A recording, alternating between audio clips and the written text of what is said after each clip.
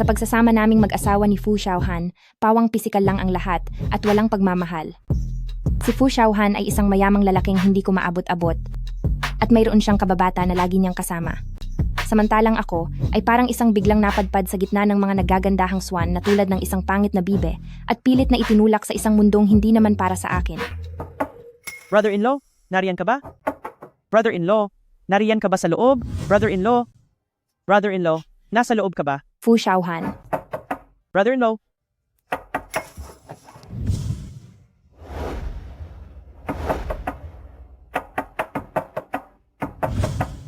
Brother-in-law, nariyan ka ba sa loob?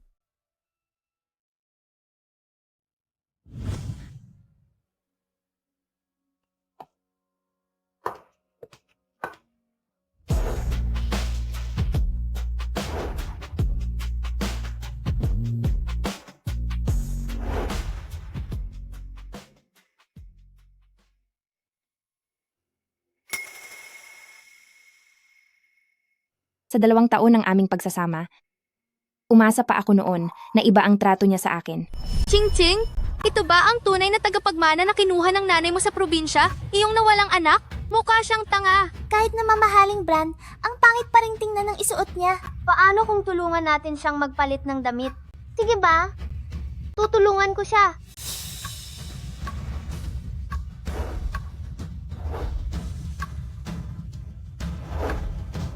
Mula pamilyang Sang, ako na lang ang tanging prinsesa rito at sa akin lang si Papa at Mama.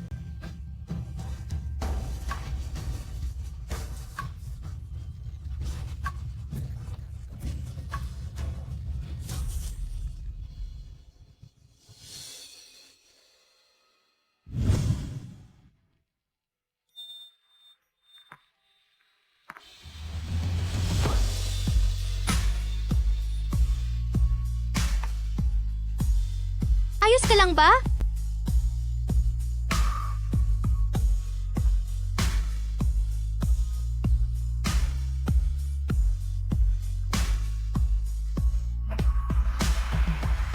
Hanggang saang masakit na katotohanan ang gumising sa aking panaginip at sinabi ko sa aking sarili na oras na para magising.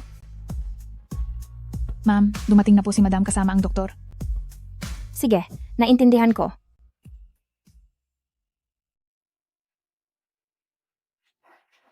Auntie, nandito na po kayo. Natatandaan ko noong nakaraang mga araw na sugatan ang iyong braso kaya dapat ay nagpapahinga ka lang sa bahay. Nasa business trip po ang mga magulang ko at nag-aalala po si Kuya Xiaohan na mag-isa lang ako sa bahay at baka hindi ko maalagaan ang sarili ko kaya sinundo niya po ako para rito muna tumuloy. Ina, Halika rito, may sasabihin ako sa iyo. Miss Sang-er, may pag-uusapan kaming usaping pampamilya. Hindi ba't parang hindi ka dapat narito? Darating din ang araw na mapapangasawa ko rin si Kuya Xiaohan. Auntie, medyo napapagod na rin po ako kaya mauuna na po akong umakyat para magpahinga. 2 taon na kayong kasal ni Xiaohan. Panahon na para magkaroon kayo ng anak. Isang aksidente lang ang nangyari noong nakaraang mga taon.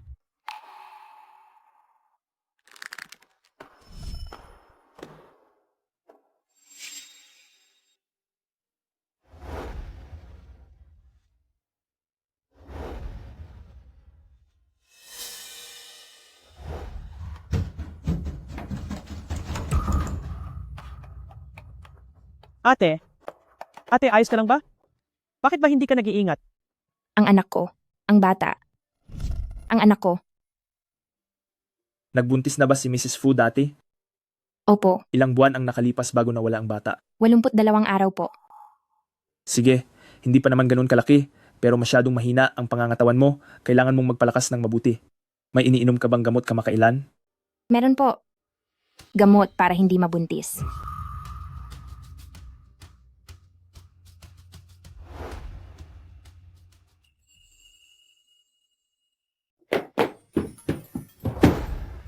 Bakit ka umiinom ng pills? Dahil ayaw kong mabuntis.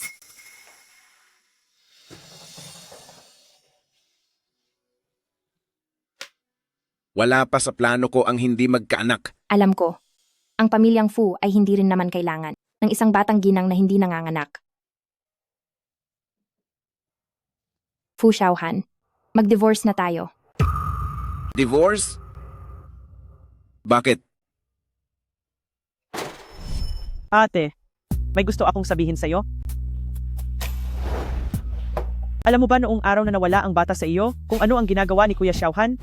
Nang araw na iyon, si Kuya Xiaohan ay nasa isang auction at pinipilinan ako ng regalo para sa aking birthday. Ano naman kung ikaw ang tunay na tagapagmana?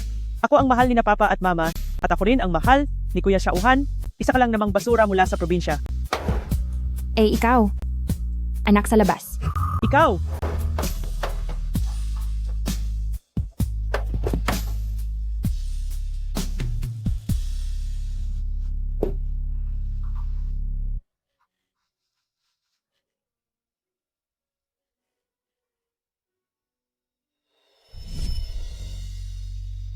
Pumirma ka na.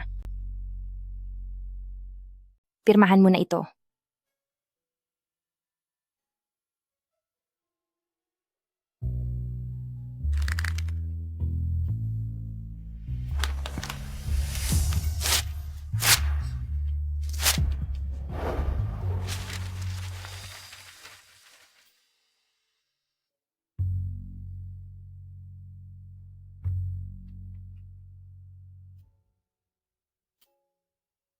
Kung hindi kontento si President Fu sa kasunduan sa ating diborsyo, maaari ko itong iprint muli. Sangni. Kung ayaw mong magkaanak, mapapakiusapan naman kita. Fu Xiaohan. Matagal nang wala sa huwisyo ang ating pagsasama. Wala ng kahulugan? Kung ganoon, bibigyan kita ng dahilan.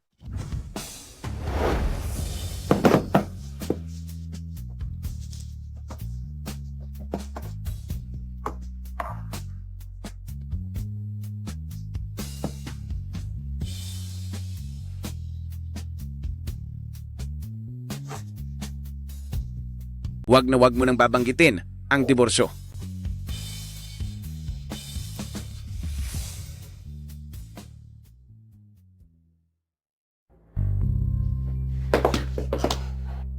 Hindi na magtatagal ang iyong kaligayahan. Ganoon ba?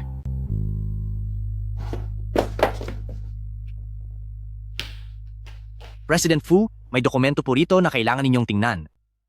Mayroon akong kaibigan na sobrang mahal ang asawa niya. Pero nakipaghiwalay sa kanya ang asawa niya. Gusto pong makipagdiborsyo ni ma'am? Sabi ko, kaibigan ko iyon. Opo. Baka po may ibang tao na silang kasama sa relasyon. O kaya naman, posibleng masyadong mahaba ang oras sa trabaho ng lalaki at hindi na niya nabibigyang pansin ang nararamdaman ng asawa niya. Maaari. Gusto niyo po bang umuwi ng maaga ngayon? Sabi ko, hindi ako ang tinutukoy ko.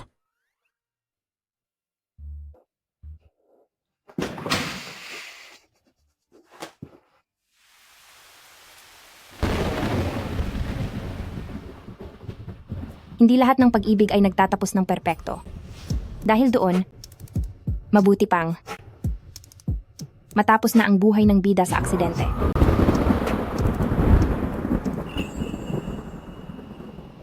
Anong nangyayari? Binibiro mo ba ako?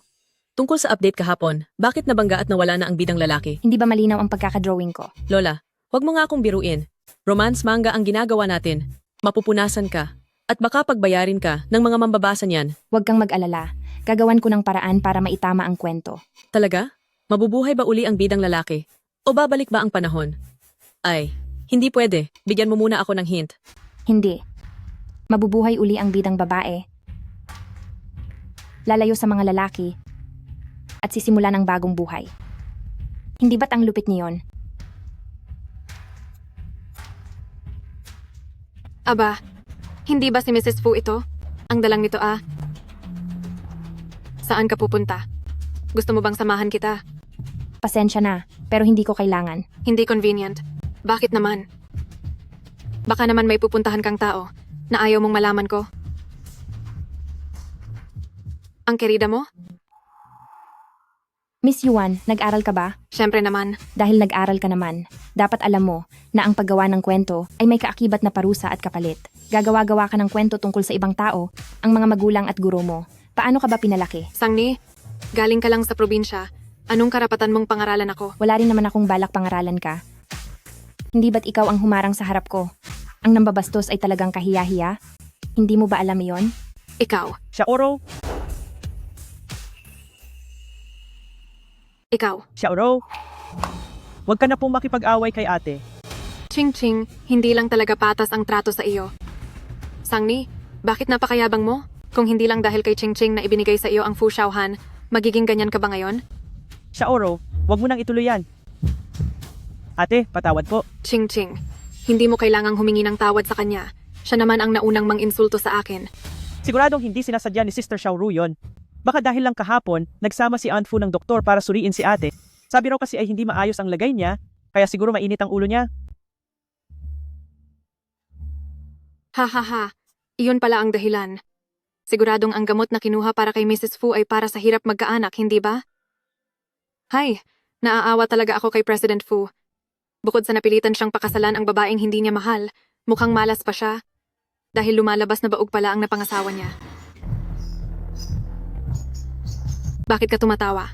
Miss Yuan, pinapayuhan kita, magbasa-basa ka naman ng libro? Dahil bukod sa wala ka ng modo, lahat ng sinasabi mo ay nakakatawa pakinggan. Napakawalang kwenta at masama mo pa. Akala mo ba dahil lang galing kang probinsya, totoong magiging senyora ka na ngayon? Ikaw, Xiaoro, okay ka lang ba?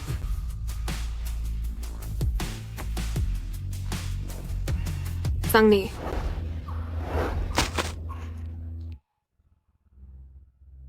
Ching-ching. Ching-ching, kumusta ang pakiramdam mo? Mama, Naku, bakit naging ganyan ang sitwasyon nyo? Kailan mo ba mababago ang masasamang ugaling iyan na dinala mo mula sa probinsya? Dahil nandito na po kayo, isama nyo na agad pauwi si Sang Ching, hindi na niya kailangang manatili sa bahay ko. ate, Hello? Ma'am, naaksidente sa sasakyan si President Fu. Nandito siya ngayon sa ospital. Bakit ito nangyayari?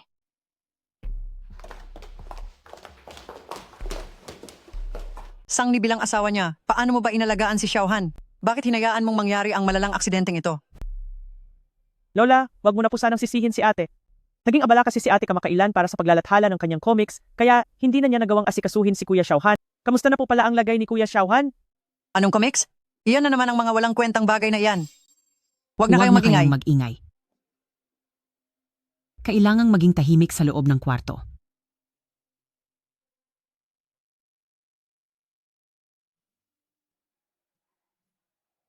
Sabi ng doktor, hindi pa sigurado kung kailan magigising si Xiaohan.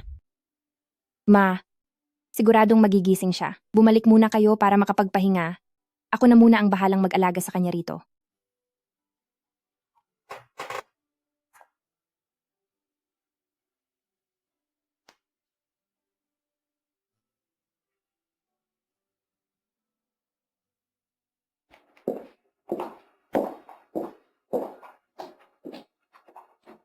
Dahil kaya talaga ito sa aksidente na may kinalaman sa sinusulat kong comics.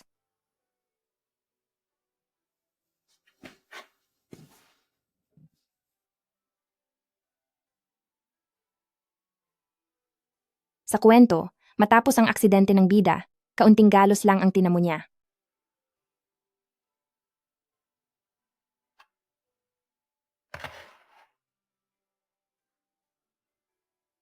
Ito lang ang tanging paraan na maitutulong ko sa iyo.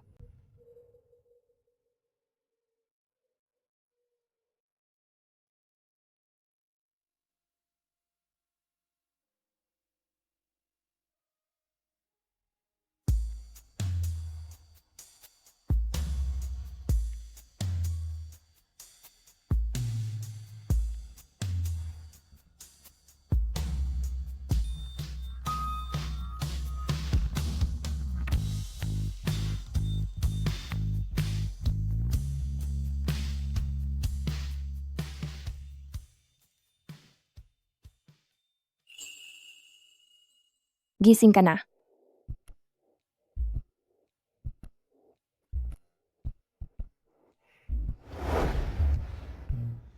Gising ka na ba talaga? Hindi nga. Mayroon ba talagang ganoong kakayahan ang comics ko? Anong comics? Hindi ko pwedeng sabihin sa kanya ang sikretong ito. Wala lang yon. Dahil gising ka na, pag-usapan na natin ang paghihiwalay natin. Kuya, Xiaohan, gising ka na? Alam mo ba na kagabi, ay buong gabi kitang inalala. Saan ka pupunta? Hindi ba't may nag-aalaga na sa iyo? Malaki na si Sang Ching. Hindi na nararapat na siya lang ang mag-alaga sa akin. Parang may milagrong mangyayari ngayong araw. Naglalagay na ng distansya si Fu Xiaohan sa kanyang kababata ngayon. Kuya Xiaohan, sabay tayong lumaki, wala naman sigurong dapat alalahanin sa ganoon, di ba? Sang Ching, mayroon din akong kailangang sabihin sa iyo. Naghanap ako para sa iyo ng ilang mahuhusay na binata, samantalahin mo ang oras na ito na wala kang ginagawa, makipagkita ka sa kanila.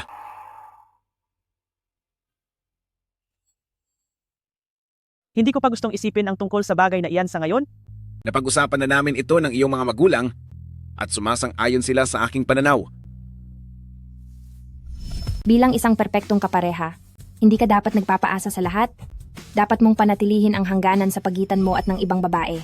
Sa pool na naman. Ang tungkol sa bagay na ito, hindi ba't ito ang gusto ni ate? Hindi. Kung ganoon, huwag niyo nang pakialaman ang mga desisyon ko. Oo nga pala, narinig ko kanina sa may pinto ang sinabi ni ate na gusto niyang makipag-divorce sa iyo. Sang Ching, Kuya Xiaohan, babalik na ng bansa si Kuya Chin mo.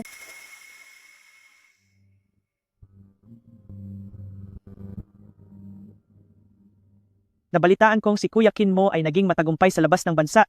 Ate, kinausap ka ba niya nitong mga nakaraang araw? Hindi. Napakasayang naman.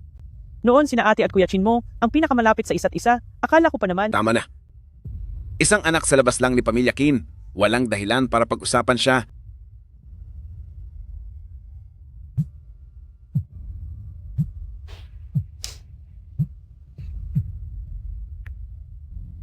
Ma? Ate, pinapauwi ka ni Mama.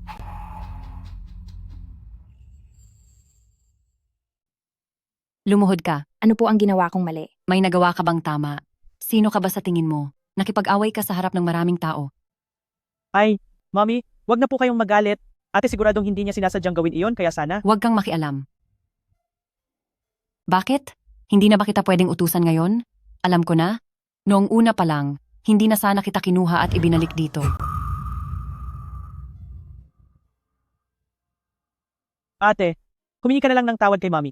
Yung tungkol sa sinabi mong pulot lang ako, hindi ko na iyon pinansin. Ano? Nagawa mong tawaging pulot lang si Ching Ching? Ako.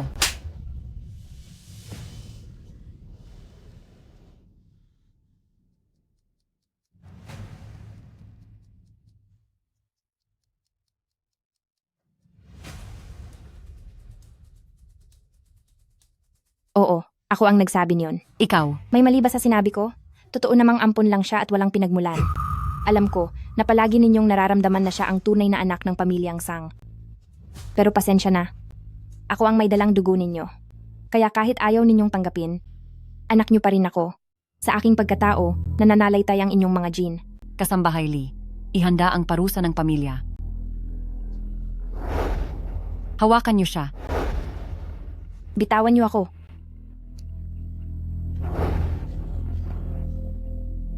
Ngayong araw na ito, tingnan natin kung hanggang saan ang tapang mo. Ako. Ano ba talaga katigas ang loob mo? Mama, Papa, uminom po kayo ng tsaa. Iwan mo lang diyan.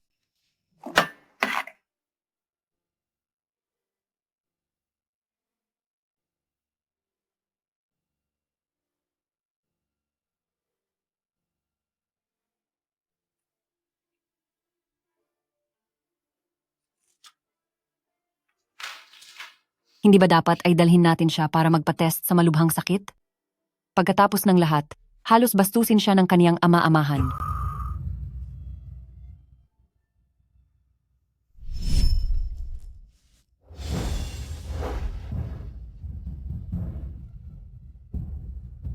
Lapastangan. Bitawan mo ako. Lapastangan? Alam ko naman, si Sang Ching lang ang ipinagmamalaki at pinakapaborito ninyong anak. Ano ang sinabi mo? Kung ganoon pala, dapat noon pa lang ay hinayaan nyo na akong mawala doon sa probinsya. Sa ganoong paraan, mabubuhay pa sana ako sa pangarap na mahal ako ng mga magulang ko. Ate, malulungkot si Mama sa mga sinasabi mo.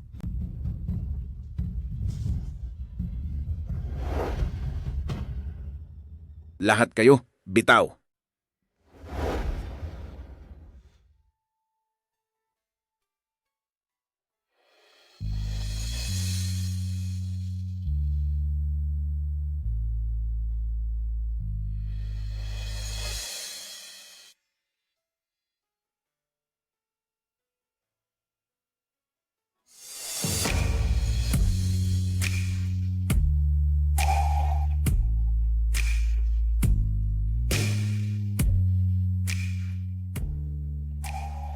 Kuya Xiaohan, hindi ba't may sugat ka? Bakit ka? Ano? Pumunta ka rin ba rito para pag-apologizein ako sa kanila? Naniniwala ako sa'yo.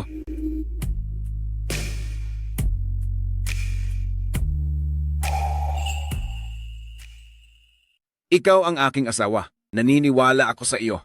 Alam kong hindi ka gagawa ng kahit ano nang walang rason. Walang hiya ka. Kuya Xiaohan, bakit nangyari ang lahat ng ito? President Fu, hindi mo na kailangang magpaliwanag pa para kay Sangni. Nabalitaan ko ang nangyari kahapon. Ano ba ang totoong nangyari? Nagpakuha na ako ng CCTV footage mula sa mall. Ito ay, hindi na kailangang palakihin pa ang isyong ito. Titingnan lang naman ang CCTV. Hindi iyan nangangailangan ng masyadong pagod. Dati, anuman ang mangyari, laging pinipili ni Fu Xiaohan na baliwalain ang lahat. Pero ang bidang lalaki sa aking comics ay buong tapat na papanig sa kanyang asawa. Kaya, tungkol na naman ba ito sa comics? Kuya Xiaohan, sa tingin mo ba ay sinadya ko iyon? Ano? Makinig ka. Para kasing inaamin mo na ang kasalanan mo. Oo, sinadya ko ang nangyari kahapon.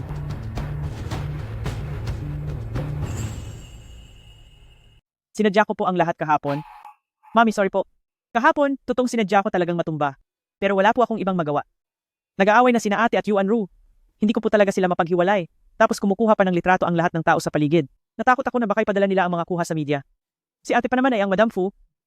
Kaya naman naisip ko, ang hangal na paraang iyon. Kuya Xiaohan, pasensya na po. Dahil mali lang ang pagkakaunawaan. Dapat kang humingi ng tawad kay Sangni. Ako, ano kasi...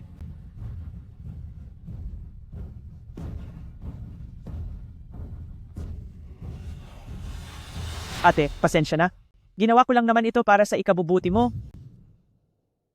Ngayong nalaman na ang katotohanan, maari na ba akong umalis? Sangni? Sangni? Sangni? Sangni?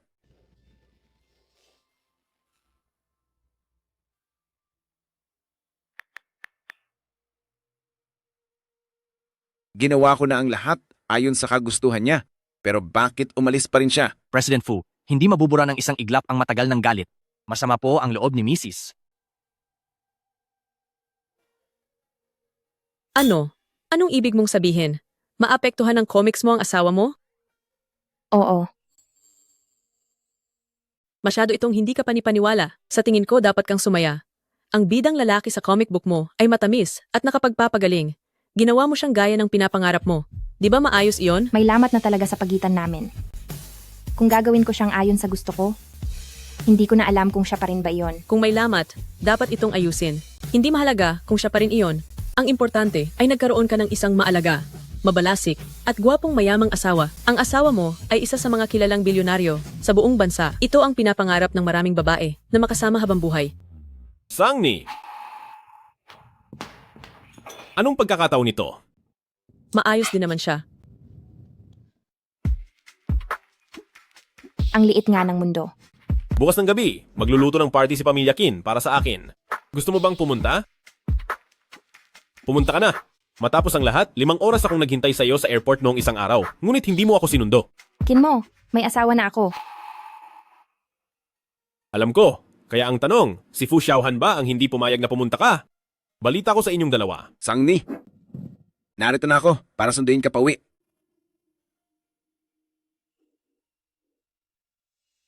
Narito ako para sunduin ka pa uwi.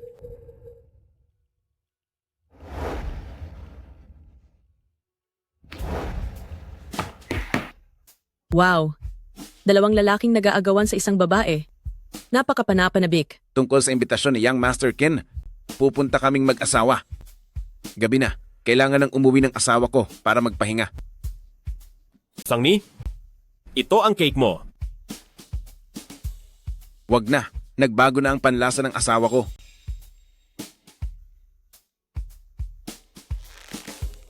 Nakakaingit naman. Wala ka na talagang tsansa. Hindi tayo sigurado riyan.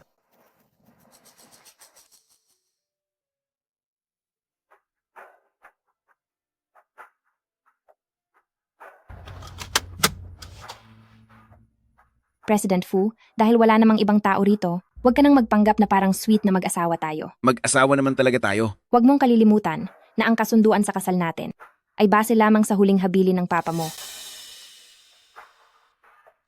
Pa, si Sang nilang ang pakakasalan ko. Ikaw, hindi ako payag. Hindi rin payag ang mama at lola mo. Kahit pa si Sang Ni ang totoong anak ng pamilyang Sang, lumaki naman siya sa labas at hindi siya binibigyang halaga. Sa kabilang banda, si Sang Ching, kahit hindi siya kadugo, mahal siya ng bawat isa sa pamilyang Sang.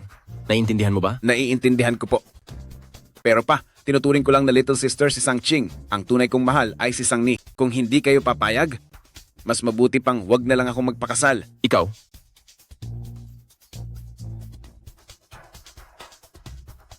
sige, lumabas ka muna. Pag-iisipan ko ito. Sang Ni, ipinaglaban ko ang kasal na ito.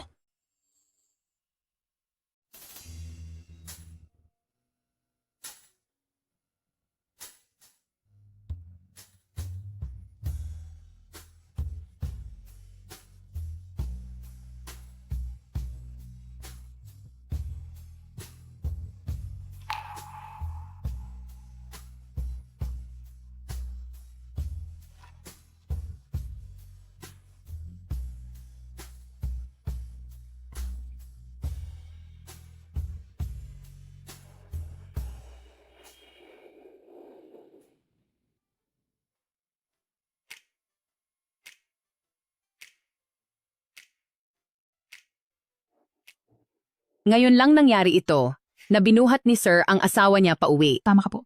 Dati ang lamig nila sa isa't isa. Parang hindi man lang sila mag-asawa. Oo nga po, totoo yun. Parang, Bilis, bumalik na kayo sa trabaho. Trabaho na.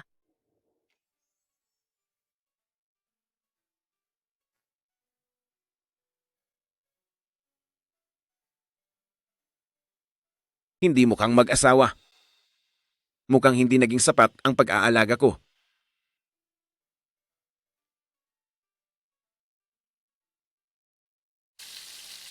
Yayawang, kailan ko ba dapat baligtarin itong pritong itlog?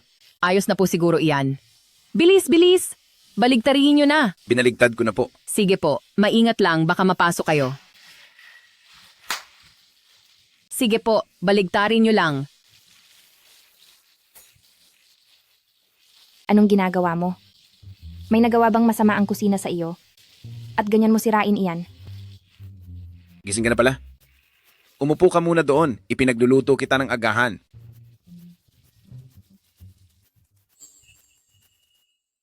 Kumain ka na. Sa ginagawa kong mangga, may mga eksena kung saan ang bida ay nagluluto ng almusal para sa kapareha niya.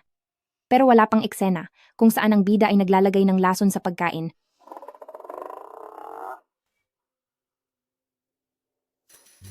Sa totoo lang, hindi mo naman kailangang kainin yan. Uminom ka na lang ng gatas. Fu Xiaohan. Napaka-weird mo talaga nitong mga nakaraang araw. Talaga ba? Opo, totoo po iyon. Bilang isa sa pinakamayamang tao sa mundo, ang pagpunta niyo mismo sa kusina para ipagluto si ma'am ay talagang hindi normal. Bilang asawa na nagluluto para sa asawa ko, anong hindi normal doon? Fu Xiaohan. Wala ka bang nararamdaman na parang itinadhana ng tadhana o may puwersang kumokontrol sa iyo? Tingnan niyo po ang sikat na mangga ngayon. Kamukhang kamukha niyo po ang bida roon.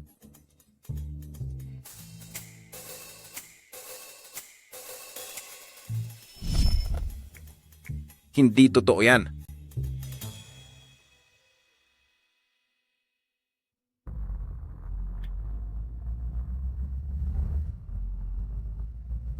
Sir, Nasaan si Mrs.?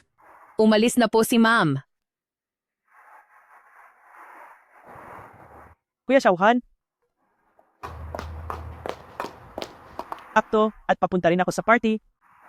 Sakay na.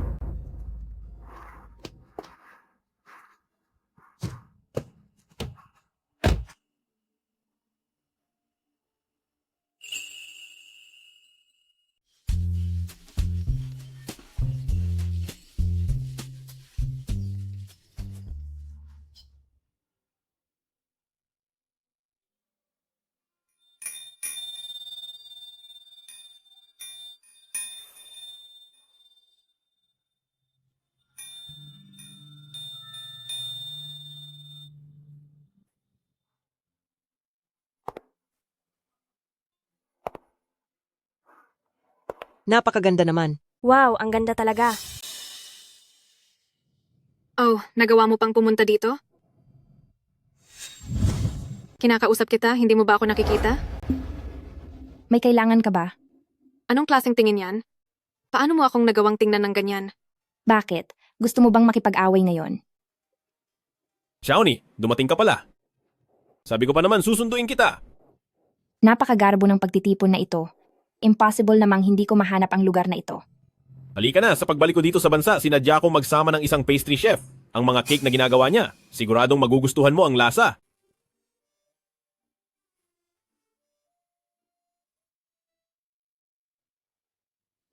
Tikman mo. Ang iyong pakay ay masyadong halata. Oo, Gagawin mo ba akong panangga? ganyan ka pa rin gaya ng dati. Ang nakaplano na kadate mo mula kay Pamilya Qin ay si Yuan Ru. Sabi ko na nga ba, hindi talaga ako makakapagtago sa iyo. Isa lang siya sa mga iyon.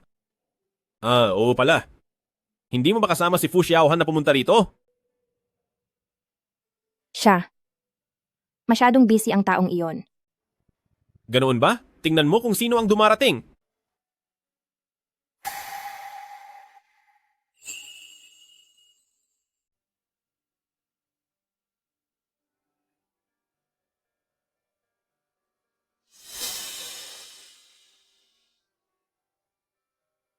Sangni, mukhang hindi ka naging masaya sa buhay mo.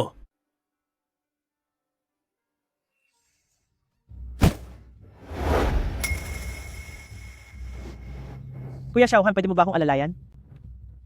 Ang palpak na pag-arte ng kapatid mo. Kay Fu Xiaohan lang uubra iyan. Tumayo ka mag-isa. Kung nadapa ka, may kailangan pa kong gawin.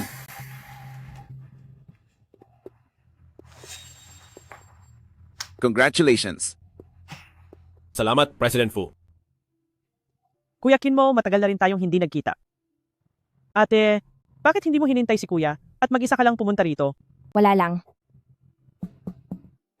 Itong cake, inihanda ba ito para sa iyo ni Kuya Qin mo? Pero, parang si ate ngayon ay hindi na mahilig kumain nito. Hindi ko pa kailanman nakita ang bayaw ko na ibinili niyan si ate. Sang Ching, ang palpak mong pag-arte. Talagang nakakasuka.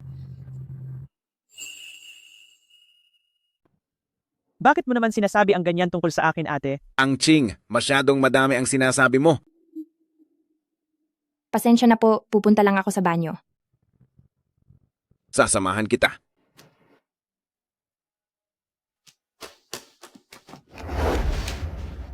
Walang tao rito, kaya sabihin mo na ang gusto mong sabihin.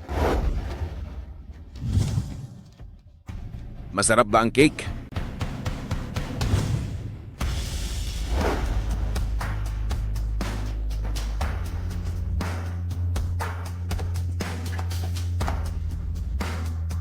Sa susunod, lumayo ka sa lalaking iyon, kay Pamilya Qin.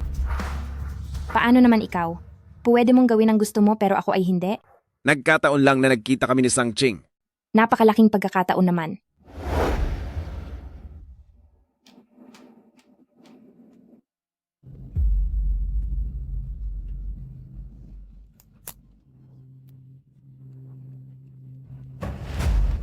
Ibalik mo na iyan sa akin. Ibalik mo sa akin. Nabalitaan ko na dati kay Ching Ching na gumuguhit ka raw. Akalain mong ganoon pala kaimportante ang ginagawa mo? Hindi ko akalaing ang basurang ito lang pala yon. Napakabaduy naman ang istoryang ito. Tipikal na sikat na estudyanteng na-inlove sa akin. Hindi lang ito basta simpleng kuwento ng pag-ibig sa eskwela. Nakasulat dito ang damdamin ko para kay Fu Xiaohan, isang masakit na lihim na pag-ibig. Hindi ito dapat makita ng kahit na sino. Ibalik mo sa akin. Parang hindi magandang gawin yan. Kahit paano, asawa pa rin siya ni President Fu itong si Sang Ni. Anong masama doon? Ang mahal kaya ni President Fu ay ang ating si Ching Ching. Kasalanan din niya dahil inagaw niya ang hindi sa kanya. Hindi kailanman magpapakita ng suporta si President Fu para sa kanya.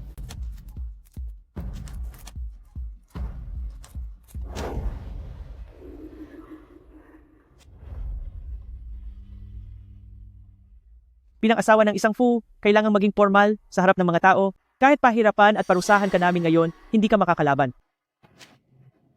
Pasensya ka na, Sister Sang Ni. Hindi ko sinasadyang sirain ang mga gamit mo.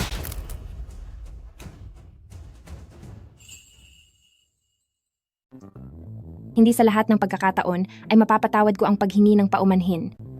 Ikaw at si Sang Ching, galing ba kayo sa iisang training class ng pag-arte? Ang galing mong magkunwari.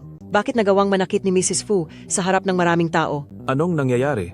Wala man lang siyang delikadeza. Pasensya na po, President Fu, kasi po kanina, hindi ko sinasadyang masira ang ilang gamit ng misis nyo. Mukhang napakahalaga pa naman ng mga iyon.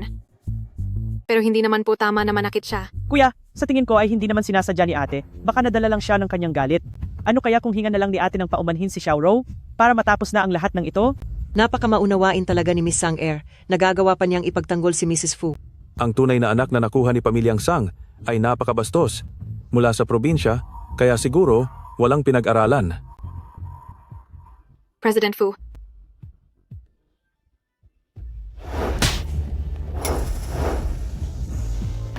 Alam mong mahalaga ang gamit na iyon, pero sinira mo pa rin? Iyan ba ang itinuro sa iyo sa pamilyang Yuan? Kuya, si Xiao Rou, hindi niya po sinasadya iyon.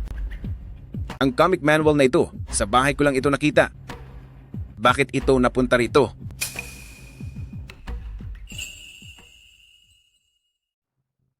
Iimbestigahan ko ang lahat ng ito. Halika na. Sinong nagsabi na hindi mahal ni President Fu ang asawa niya? Grabe, halatang mahal na mahal niya ito. Ngayon ko lang nakitang gumamit ng dahas si President Fu sa ganitong okasyon. Bakit? Dati naman ay si Kuya Xiaohan ay sumusunod sa bawat utos ko.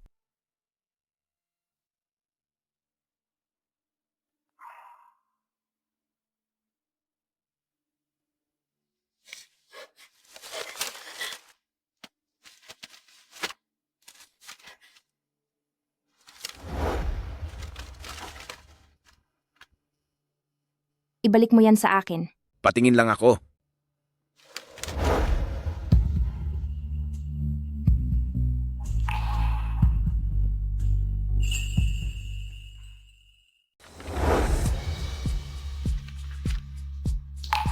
Parang ito ang unang beses na kusa niya akong hinalikan. Matalino ka rin pala.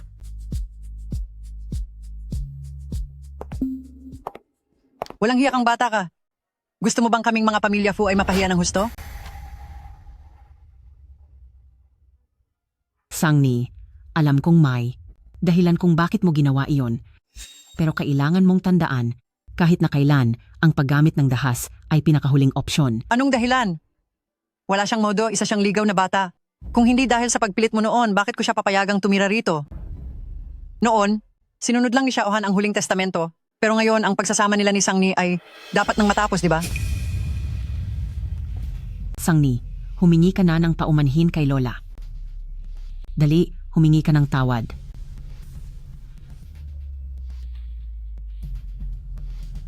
Pasensya na po. Nagdala po ako ng kahihiyan sa pamilya Fu. Mukhang hindi nga po ako karapat-dapat para sa apo ninyo. Napahiya ako si Pamilya Fu. Totoong hindi ako karapat-dapat sa apo nyo. Lagot na. Ngayon po, iuulat ko na ang ulat ng pananalapi ng ating grupo. President Fu, bumalik na po kayo agad dahil baka mawalan na kayo ng asawa. Tapusin na ang pulong. Tapos na ang pulong. Hindi man lang nabahala ang boss kahit gumuho pa ang mundo. Anong nangyayari? Anong ibig mong sabihin? Handa na akong makipagdiborsyo kay Fu Xiaohan. Binablackmail mo ba ako? Hindi po, seryoso ako. Narito na si young mistress na gusto nyo. Sangni, huwag kang padalos-dalos. Hindi po. Wala naman talaga kaming nararamdaman sa isa't isa at wala ring nagbubuklod sa amin. Kaysa sa magpahirapan kami at mas lalong mayayamot sa isa't isa, mas mabuti pang mag-divorce na lang kami. Mag-a-empake na ako ng mga gamit ko. Tungkol sa divorce papers, ipapakausap ko na lang sa abogado. Sangni,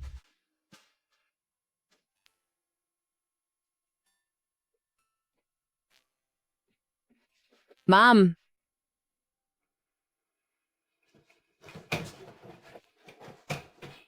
Ano na pong gagawin natin?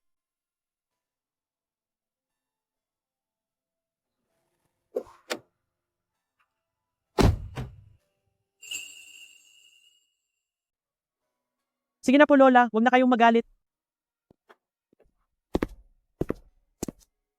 Nasaan si Sangni?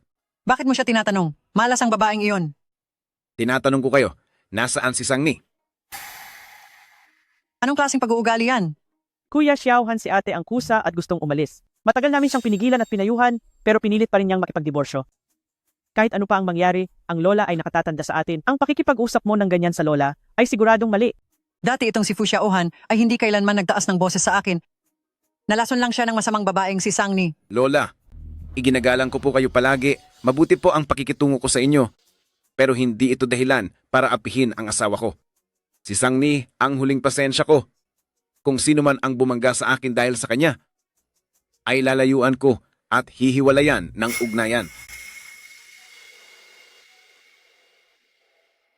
Hahanapin ko ang asawa ko.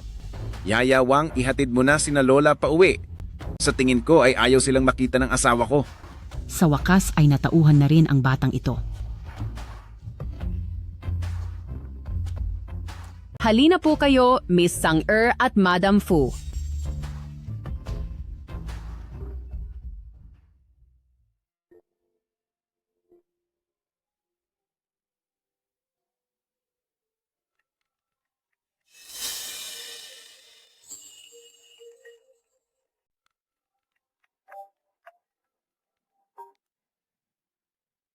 Umuwi ka na ngayon din.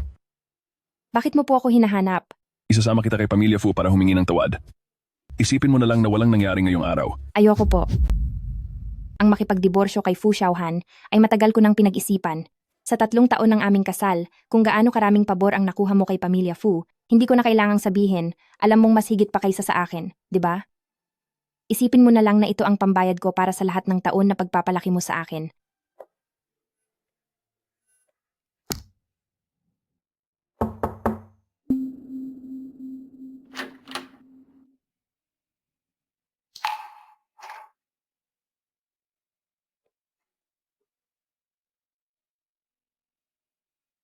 Anong ginagawa mo rito? Pinalayas din ako sa bahay. Kaya pumunta ako rito para makitira sa iyo. Nagbibiro ka ba, President Fu? Miss Sang, kasal pa rin naman tayo hanggang ngayon, kaya may karapatan akong manatili rito. Bahala ka sa buhay mo. Sana lang ay sanay kang matulog sa sofa. Ayos lang ang sofa. Kung kaya kong matulog sa sofa, hindi na malayo ang tulog sa kama.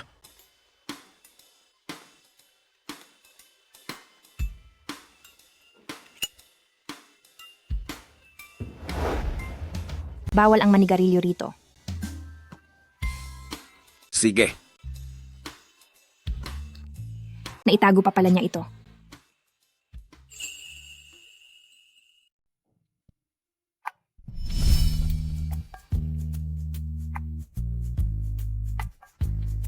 Maligayang kaarawan. Para sa akin ito? Oo.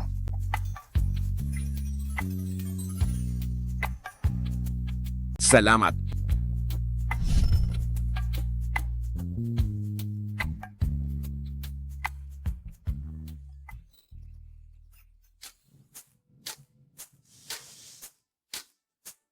Almusal?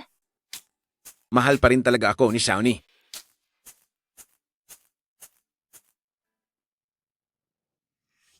Siya nga pala. Nakalimutan kong sabihin sa'yo na ang juice na ito ay gawa sa ampalaya. Kung hindi mo sanay na inumin yan, umuwi ka na ng maaga.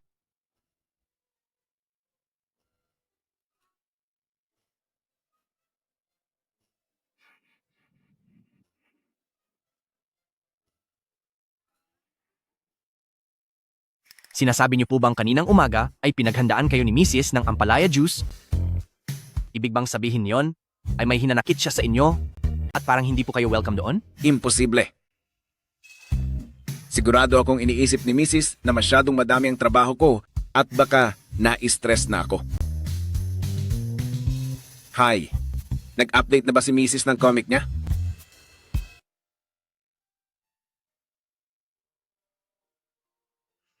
Tumawag na po ang kampo ni President Sang, ititigil na raw nila ang pagbabayad para sa gamot ni Miss Wu. Kailangang itigil ang pambayad sa gamot ni Miss Wu. Naiintindihan ko po.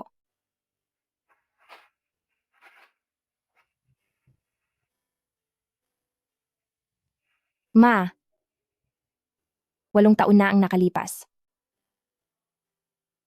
Bakit tulog ka pa rin?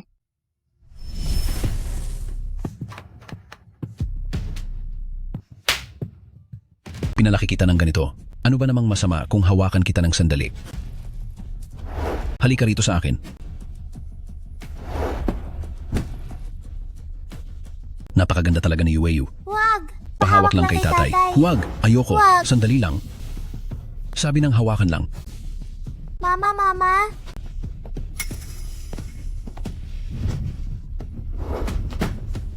Bakit mo ito nagagawa? Bata pa lang siya? Umalis ka sa harapan ko. Kundi ay pagbabayarin kita. Mama! Nagsusumamo ako sa'yo. Huwag mong saktan ang bata. Pakiusap, pakawalan mo siya. Hayaan mo siya.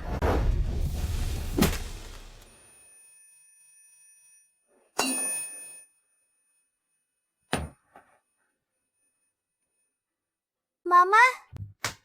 Yueyo.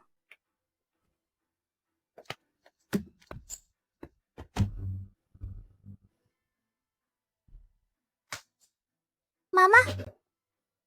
Mama?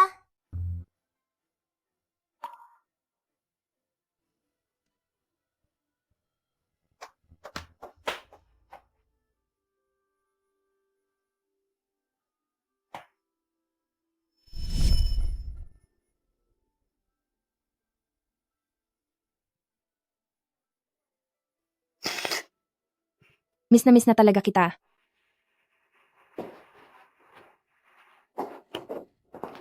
Sa wakas, nahanap din kita. Balita ko mula kay Ching Ching, pinalayas ka raw ni Pamilya Fu. Tungkol sa pakikipaghiwalay mo kay Fu Xiaohan, hindi na kami hahadlang ng papa mo. Tingnan mo ito. Tingnan mo ito.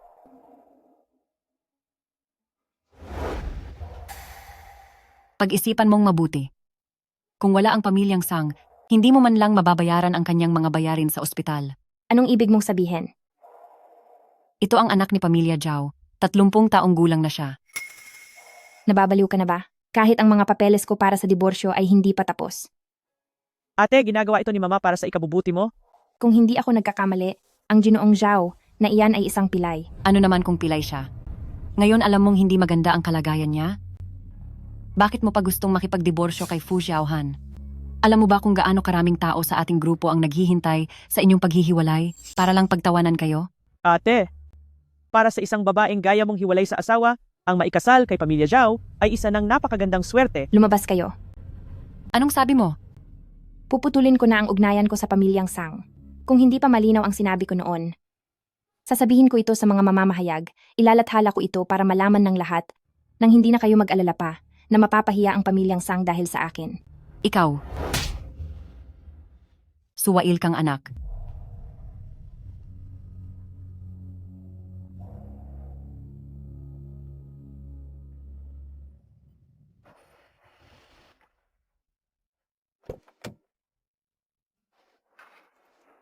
President Fu, nasa taas po ang iyong asawa.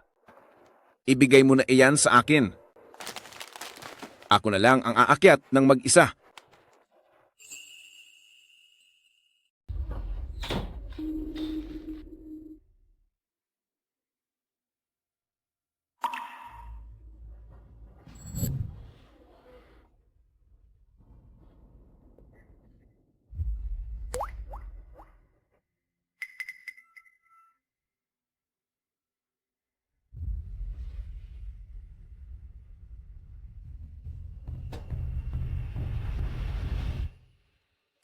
Kuya Xiaohan. Gusto lang ni ate na mapag-isa muna, kaya mas mabuting wag na muna natin siyang storbohin. Gusto ko siyang pasukin para pagaanin ang loob niya. Pero masakit pa rin iyon para sa kanya. Kaya sana wag na nating pag-usapan iyon sa susunod.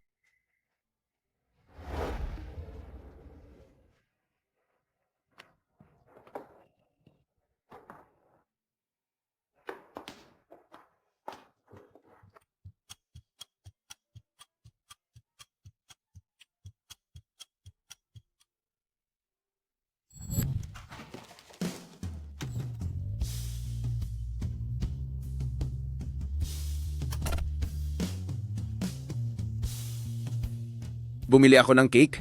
Tikman mo ito. Hindi ka ba papasok sa trabaho ngayon? Namimiss lang kita, kaya dumaan ako para makita ka.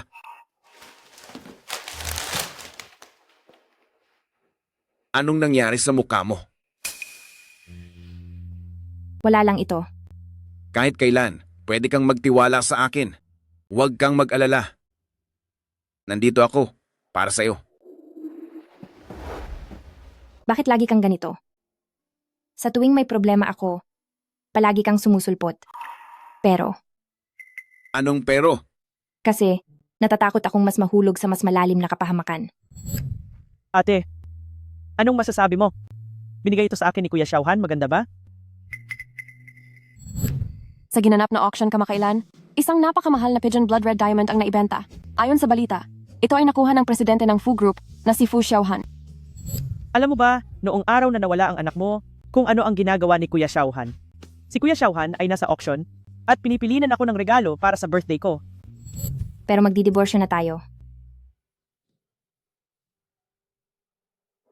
Hindi ako papayag.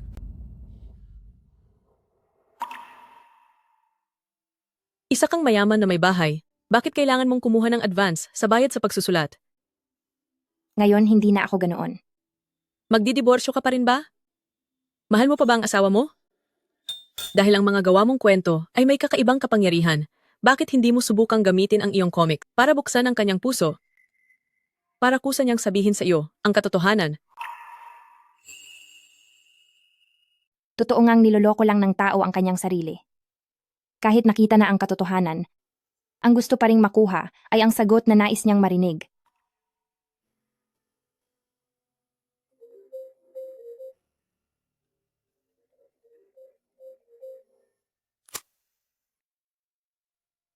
Yue, 8 taon na?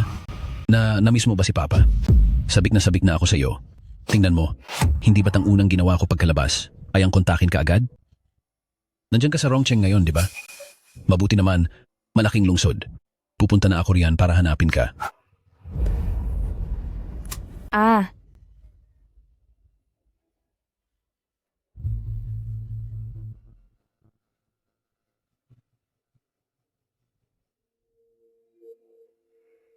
huwag kang lalapit. Huwag kang lalapit sa akin. Huwag mo akong hahawakan. Huwag mo akong hahawakan. Anong nangyayari? Sangni, anong nangyari sa'yo?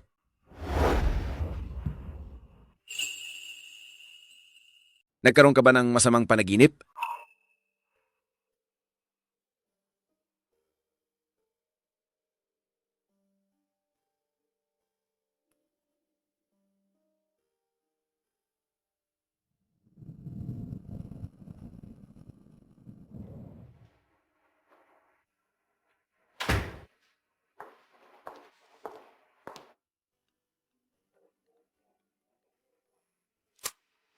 Hello? Saan ka pupunta? May nakakita sa iyo sa airport. Bakit mo ako hinahanap? Huwag mong isipin na sapat na ang pagbabayad mo sa gastusin sa ospital. Sinasabi ko sa iyo, sa isang salita ako lang, lalabas na ang babaeng iyan sa ospital bukas. At sinisiguro ko sa iyo, na dito sa Rongcheng, walang ibang ospital ang mangangahas na tumanggap sa kanya. Ano ba talaga ang gusto mong mangyari? Umuwi ka sa loob ng 3 araw. Kundi, kumanda ka na dahil mawawala na ang babaeng iyan. Sige. Babalik ako. President Fu po, ang request para sa rota ng private flight ay matatagalan pa. Ibinili ko po kayo ng tiket para sa pinakamabilis na flight papuntang Haicheng. Sige.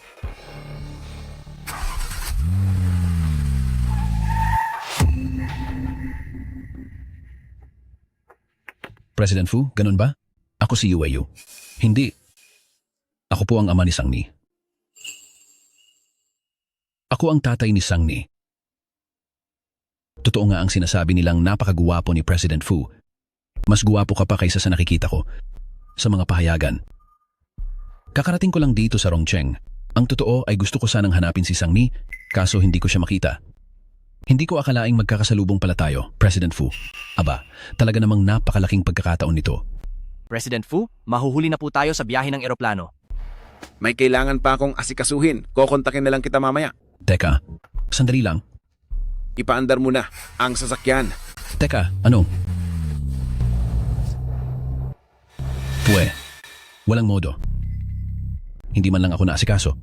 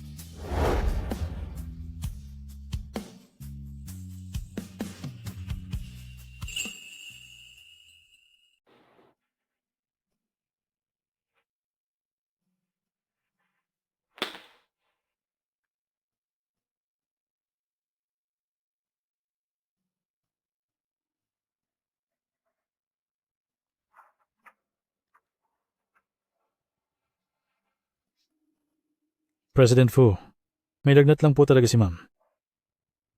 Umalis ka na. Sige po.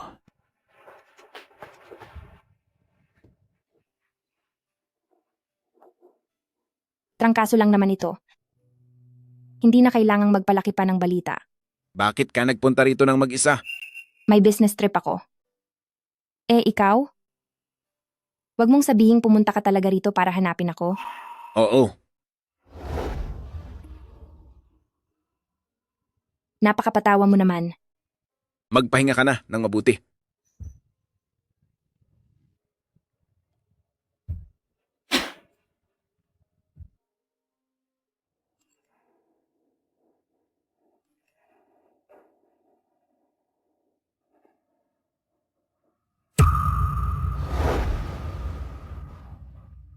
Nasa Rongcheng na si Zhuang Yue, kaya huwag ka munang bumalik.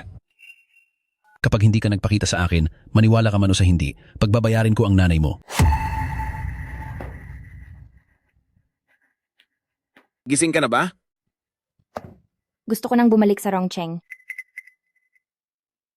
Sige. Matagal na rin tayong hindi nagkita. Yueyu. Ha. Lalo kang gumaganda ngayon .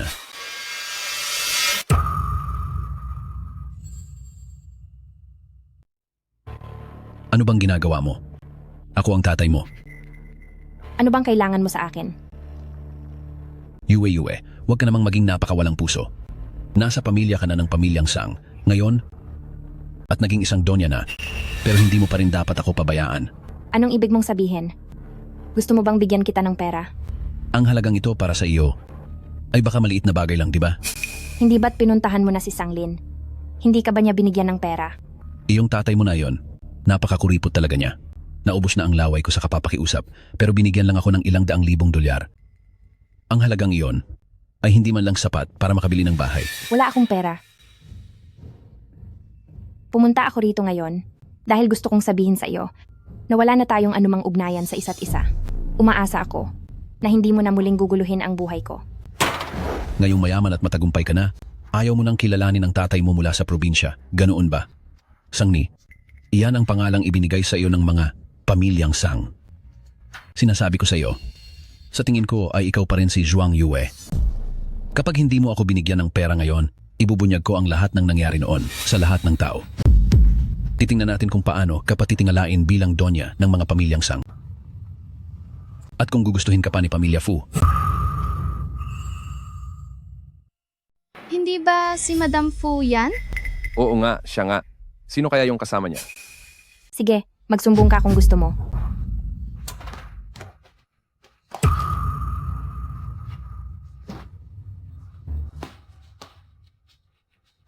Sir, hindi pa po kayo nagbabayad. Anong babayaran? Wala pa akong ino-order. Sir, kahit wala pa po kayong order, kailangan pa rin po naming maningil ng tea service fee. Ako na ang magbabayad. Kayo po si Uncle Zhuang, tama? Sino ka? Ako po ang nakababatang kapatid ni Sangni na si Sangching. Oh, ikaw yung ampon ng Pamilya Sang? Ang mga sinabi niyo po kay Sangni kanina, narinig ko ang lahat. Kailangan niyo po ng pera, di ba? Mayroon akong paraan para mapasunod si Sangni at bigyan kayo ng pera. Gusto niyo po bang pakinggan?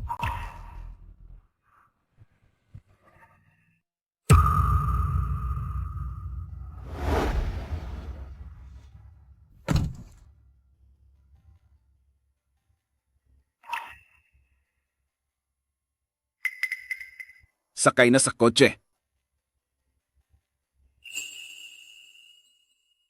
Huwag kang mag-alala. Ang iyong adoptive na ina ay nailipat na sa pinakaligtas na ospital. Ang attending physician ay isa rin sa pinakamagaling. Salamat. Hindi mo na kailangan maging formal sa akin. Narinig ko na ang tungkol sa mga usap-usapan sa pamilyang Sang. Nagpadala na ako ng mga tao para babalaan sila. Fu Xiaohan, sa totoo lang ako. Hello? Naiintindihan ko.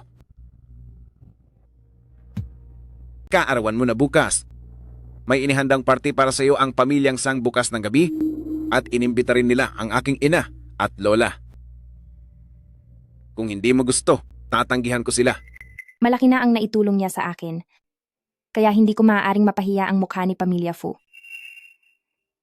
Pumapayag ako. Napakaganda. Bagay na bagay silang dalawa.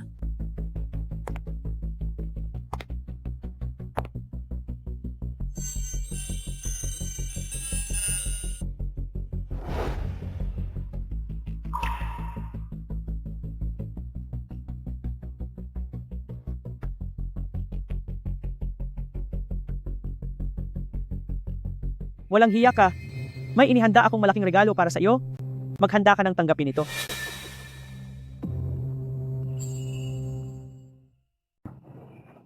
President Fu, Sangni. Biyanan kong lalaki, biyanan kong babae. Mabuti. Isang malaking pagkakaunawaan lang ang lahat noon. Ito ay dahil sa mga maling sinasabi ni Ching Ching sa bahay. Ay, tama. Hindi naman iyon sinasadya ni Ching Ching. Sana ay mas maintindihan ninyong dalawa. Ano? Noong nakaraang mga araw lang ay desidido kayong mag-divorce at ngayon ay nagsisisi kayo? Ma, bawasan mo po ang pagsasalita. Lola, kung masama po ang pakiramdam nyo, maaari na po kayong umuwi para magpahinga. Kiaoni, maligayang kaarawan. Salamat po, Ma. Hindi ko alam kung anong regalo ang inihanda ni na Balae para kay Xiaoni ngayong araw. Nasaan ang regalo? Nakalimutan mo ba? Oo nga, sa sobrang busy ko, ay nakalimutan ko ang bagay na ito. Bakit ka tumatawa? Hindi ka ba naniniwala na may inihandang regalo ang ina mo para sa'yo? Nagkukulang ba ang pamilyang Sang sa kaunting perang iyon? Siyempre hindi nagkukulang ang pamilyang Sang sa kaunting perang iyon. Subalit, sa loob ng 10 taon ko simula nang bumalik sa pamilyang Sang, ngayon lang ako magdiriwang ng kaarawan, at ngayon ko lang din narinig na naghanda pala ng regalo si Ina para sa akin. Sangni, ibig mo bang sabihin, kami pa ang dapat mong sisihin? Hindi po, wala akong sinasabing ganyan. Paano ito nagawa ni Pamilyang Sang? Nabalitaan ko na ang peking anak na iyon ay laging may magarbo at malaking handaan tuwing kaarawan niya. Oo nga, natatandaan ko pa noong nakaraang taon, sina President Sang at Mrs. Sang para kay Sangching ay nagregalo ng bahay na nagkakahalaga ng ilang 10 milyong dolyar. Maraming tao ang nainganyo. Hindi ko akalain na ganito pala ang trato nila sa sarili nilang anak. Sobrang napapabayaan nyo na si Sangni. 2 taon na kaming kasal, pero hindi ko man lang nalaman ang tungkol sa mga bagay na ito. Talagang nagkulang ako bilang asawa. Ate, ito ang regalong inihanda ko para sa iyo, para sa ngalan ni na Papa at Mama. Matagal kong inihanda ang regalong ito at sigurado akong magugustuhan mo ito. Sige, buksan mo.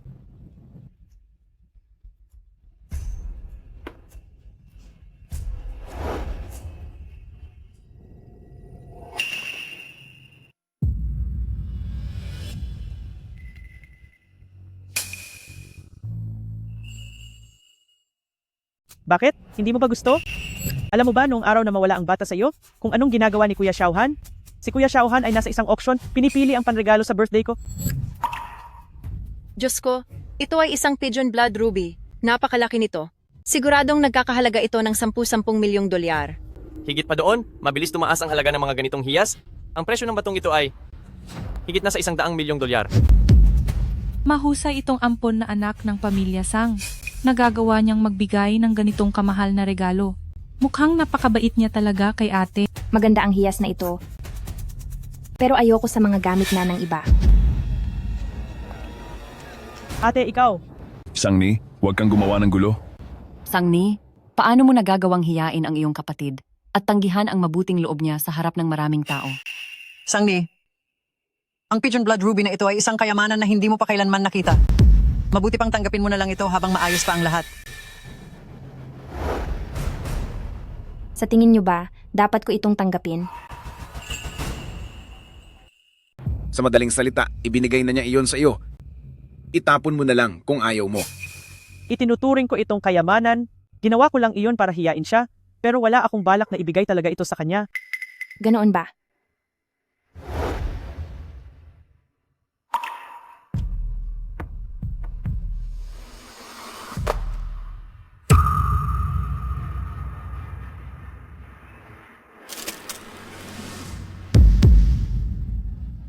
Sakto at kaarawan ko ngayon. Magdarasal ako para sa kaligtasan at kapayapaan. Tamang-tama ang hiyas na ito sa okasyon. Ha ha ha. Sangni, sinabi lang ng lola mo kanina na hindi ka pa raw nakakakita ng ganitong klaseng mamahaling bagay. Bilang manugang ni Pamilya Fu, nakakatawang pakinggan ang mga salitang iyan. Ikaw. Galing ito sa puso ng isang ina. Noong ikinasal kayo ni Xiaohan, matagal nakiusap sa akin si Xiaohan na ibigay ko ang koronang ito sa iyo. Kaya lang, noong oras na iyon, nakadisplay pa ang koronang ito sa ibang bansa. Ngayon, sa iyo na ito.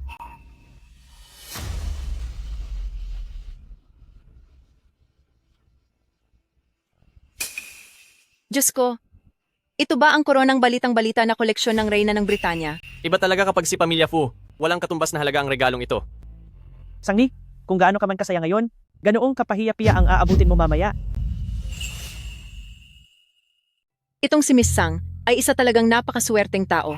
Kahit pa hindi siya paborito sa pamilyang Sang, dito naman sa Pamilya Fu, talagang binubuhusan siya ng pansin ng lahat. Tama ka. Tingnan mo si President Fu, puno ng pagmamahal ang tingin kay Miss Sang. Oh, Yue. Kaarawan mo pala.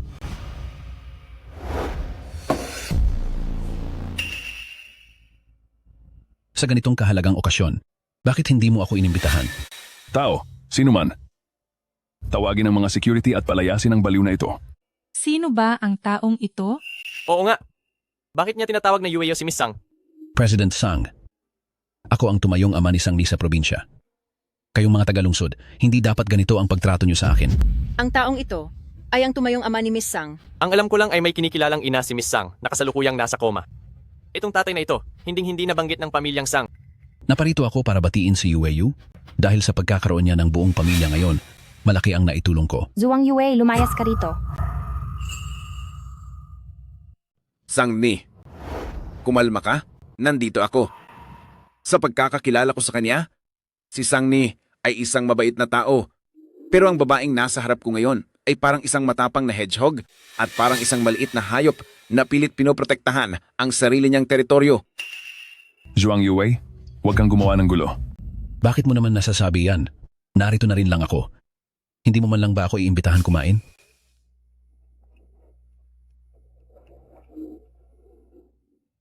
Pasensya na po sa inyong lahat. Galing po kasi ako sa probinsya. Ito kasing batang ito, mula noong nakilala niya ang tatay niya rito sa lungsod, ay tila ikinakahiya na niya ako. Tingnan niyo, ayaw niya man lang akong tawagin o batiin. Paano niya nagagawang gawin iyon? Namimili lang siya ng rerespetuhin. Isa siyang walang utang na loob. Hindi ganyang klaseng tao si Sang Ni. Nagkakamali po kayo ng akala. Hahaha. At alam mo ba kung anong klaseng tao talaga siya? Kahit pa nagpapanggap siyang isang kagalang-galang na dalaga ni pamilyang Sang. Noon doon sa probinsya. Anong nangyari noon sa probinsya? Ano naman kung nasa probinsya ako noon? Sang Ni, Bakit hindi mo kayang sabihin? Tumigil na kayo.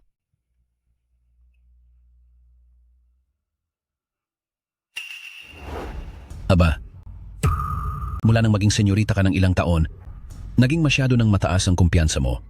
Pero huwag mo namang kalimutan ang pinanggalingan mo, Sang Ni.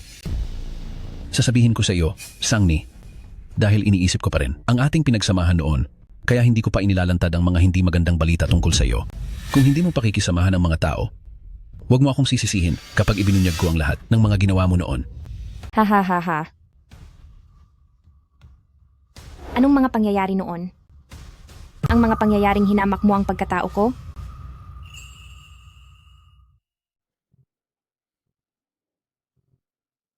Tungkol ba ito sa mga nangyari sa akin noon? Iyong tungkol ba sa kung paano mo ako hiningian ng pabor sa masamang paraan? Paano niya nagawa iyon? Hindi ko talaga inaasahan ito, Miss Sang, na may ganoon pala siyang nakaraan. Mukhang hindi pa alam ni Pamilya Fu ang tungkol dito. Kung alam lang ni Pamilya Fu, paano niya papayagang makapasok sa pamilya ang isang babaeng may dungis? Tama ka. Dahil sa mga nangyayaring ito, kayong mga pamilyang Sang ay dapat magpaliwanag sa amin. Sa ngayon, ang mga bagay na ito ay hindi na bagong balita. Sinasabi ko sa iyo, huwag mo nang balaking gamitin ang mga ito para takutin o bantaan ako.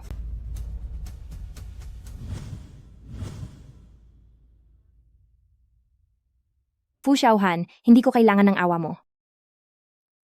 Ano man ang nangyari sa nakaraan, si Sang Ni ay mananatiling asawa ni Fu Xiaohan magpakailanman.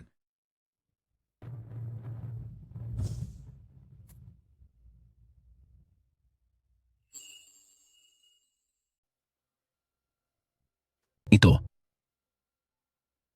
Kahit ngayon ay hindi iniwan ni Kuya Xiaohan ang babaeng iyan.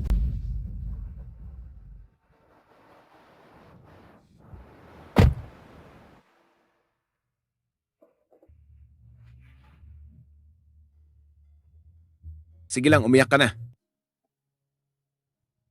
Pasensya na, Fu Xiaohan. Ang tagal ko itong inilihim sa iyo. Hindi mo kailangang humingi ng tawad dahil hindi mo naman ito kasalanan. Sila ang may kasalanan. Wala pang nagsabi sa akin noon na hindi ko ito kasalanan. Pasensya na.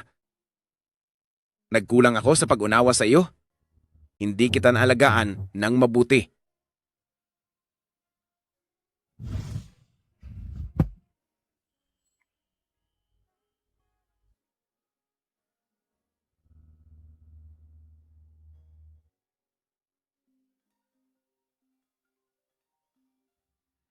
Sang Ni, bumalik ka rito. Ipaandar mo ang sasakyan. Pumunta tayo sa pamilyang Sang. Opo, sir.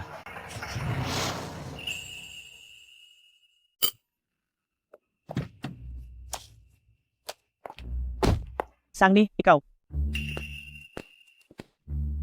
Kuya Xiaohan, nandito ka rin? Sinadya mo bang pumunta para ihatid si ate? Pasensya ka na, Kuya Xiaohan. Nagdulot na naman ako ng ganitong kalaking abala kay Pamilya Fu. Ang problema ni pamilyang Sang ay hindi abala para kay pamilya Fu. Sana sa susunod ay huwag ka nang makialam sa hindi mo gawain. Sandali, Kuya Xiaohan. Huwag ka munang pumasok sa loob. Napakasama ng loob ni Daddy ngayong gabi. Ngayon ko lang siyang nakitang nagkaganito kagalit.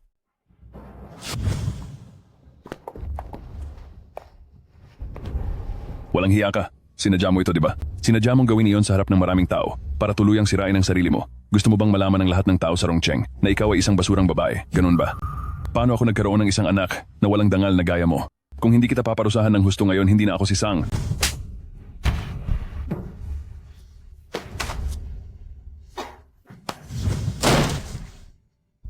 Chairman Sang. Chairman Sang. Ate, okay ka lang ba? Dali, bumangon ka na.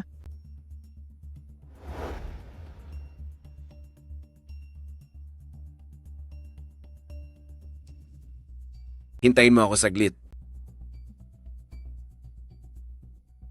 Chairman Sang, mag-usap tayo. Sige, dito tayo. Sabihin mo nga sa akin, bakit mo pa kailangang gawin ito? Alam mo naman, na kumalat na ang balitang ito sa lahat. May mas mabuti namang paraan para resolbahin ito. Pero ipinagpilitan mong malaman ng buong mundo. Anong mapapala mo sa paggawa niyan? Meron naman. President Fu, pasensya na po sa abalang na idulot sa inyo.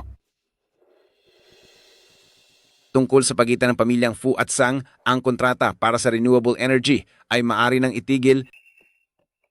President Fu, dahil lang naman ito kay Sang Ni, kasalanan ito ng walang kwentang batang iyon. Oo, kasalanan ni Sang Ni. Kasalanan niya ang lahat.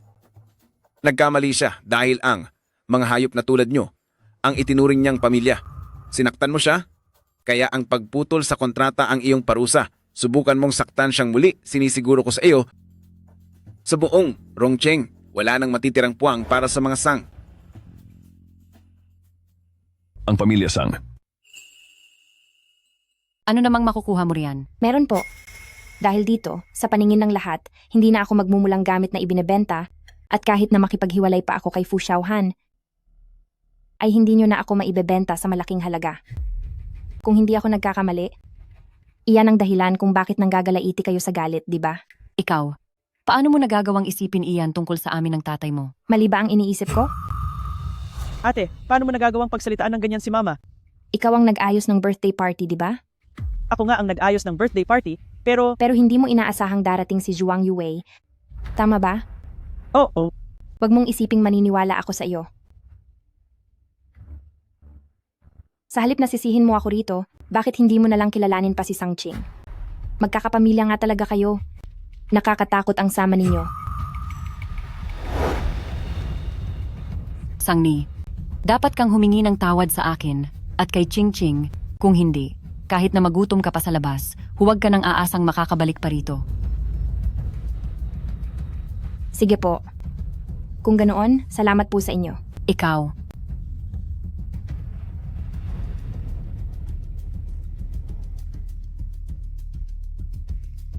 Sagutin mo. Sagutin mo. Kuya Xiaohan, sari-saring tawag lang yan. Kahit mga ganyang tawag ay takot ka pang sagutin? Ginawa ko naman ang lahat ng sinabi mo. Kailan mo ibibigay ang pera sa akin? Ako, Papa Mama, hindi po ganoon ang nangyari. Hindi! Ikaw ang naging dahilan kung bakit kami ni Pamilyang Sang ay napahiya ng ganito kalala. Ito ba ang anak na pinalaki mo? Mula ngayon, ikulong niyo siya sa loob ng bahay. Nang walang pahintulot ko, hindi siya papayagang lumabas kahit isang hakbang. Ako po, paano mo nagawa ang mga bagay na ito? Mama, wala po akong ginawa. Wala. Alis na tayo. Sige. Bakit? Halata namang sira na ang puri ni Sang Ni. Bakit si Kuya Xiaohan ay nasa panig pa rin niya?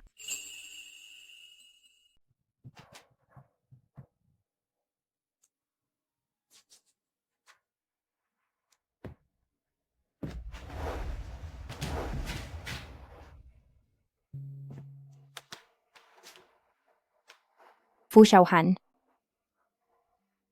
Pwede mo ba akong samahan ngayong gabi? Sige. Maglilinis lang ako ng katawan. Huwag kang mag-alala.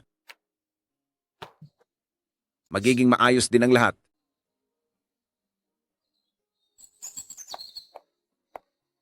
President Fu, naayos na po ang mga balita tungkol kay Mrs. Wala na pong mag-uusap tungkol sa bagay na iyon. Mabuti. Fu Xiaohan. Mabait ka lang ba sa akin dahil sa ginawa mong comics? Ang bida sa comics mo ay sweet at nakakagaan ng loob.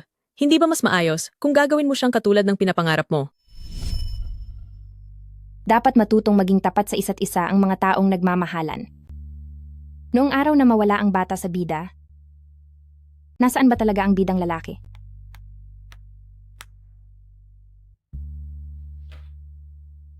Nag-update na ako ng bagong kabanata sa comics.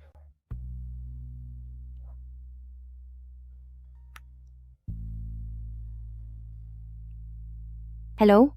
Lola, nababaliw ka na ba? Ang bida sa comics mo ay hindi pa nagkakaanak. Ano itong kaka-update mo lang? Gusto ko lang malaman kung nasaan siya noong gabing iyon. Ito ang tinik na nakabaon sa puso ko.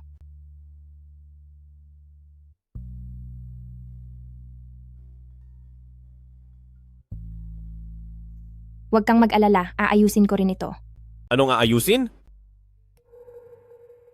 Sang Ni, pwede ba tayong magsabay kumain? Sikat ang mga dessert sa shop na ito, subukan mo? Salamat. Anong klaseng reaksyon iyan? Kailan pa tayo naging ganito kailang sa isa't isa? Sige. Ikakasal na ako. Kay Sang King. Mabuti naman kung ganoon. Sa totoo lang, mas gusto ko sana na ikaw iyon. Nagbibiro ko ka lang. Hay?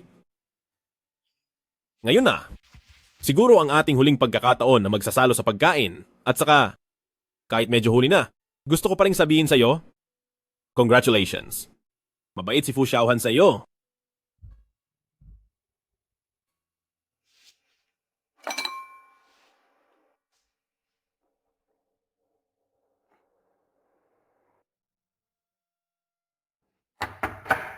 Pasok. Kuya Xiaohan? Bakit ka naparito? Opo. Kuya Xiaohan, nandito po ako dahil may isang bagay sana akong gustong isangguni sa inyo. Anong mayroon? Ito ay tungkol sa kasal namin ni Chin Mo.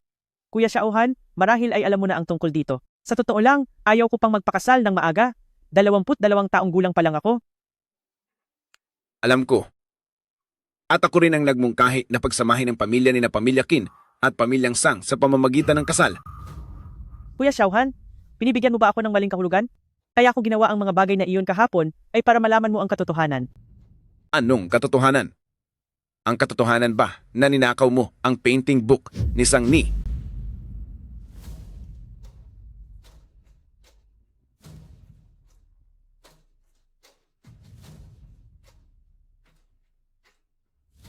Narito na ang lahat ng mga video.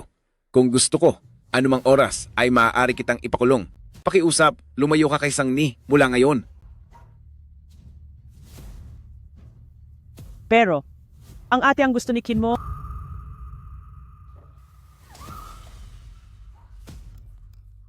Ikaw. Lumabas ka.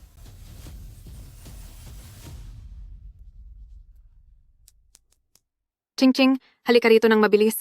Nakita ko sina Chin Mo at Sang Ni na pumunta sa hotel. Ano ang sinabi mo? Ching-ching, dito. Sinasabi ko sa iyo, alam kong hindi titino ang masamang babaeng iyon. Siguradong sila ni Chin Mo ay matagal nang may relasyon.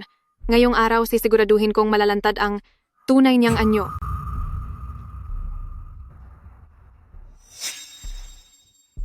Narito rin si President Fu. Bilisan mo at ituro ang daan. Opo.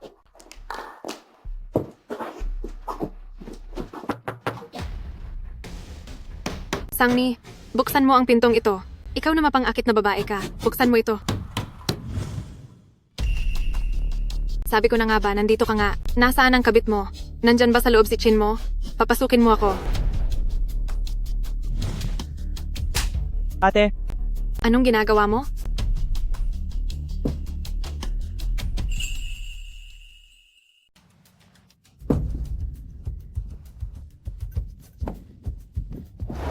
Kuya Xiaohan, siguradong nasa loob pa si Kin mo. Kapag may masamang nangyari kay Sangni, hindi ko kayo mapapatawad. Nababaliw na ba si Fu Xiaohan? Niloloko na nga siya ni Sangni, pero ganyan pa rin siya kung magsalita. Wala kang silbi. Hindi ba't ganoon ka rin? Hindi ka naman talaga gusto ni Fu Xiaohan. So, pinag-usapan niyo ba itong dalawa? Ginagamit niyo lang ba ako para sa sarili niyong interes?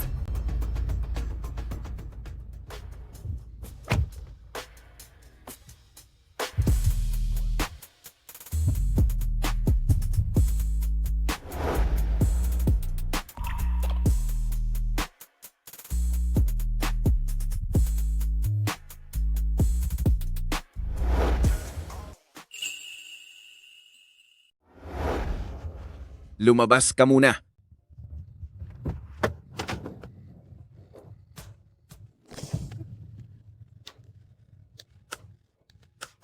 Tulungan mo ako, Fu Xiaohan.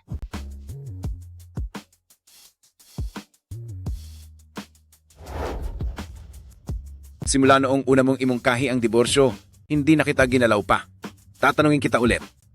Itutuloy mo pa ba ang diborsyo?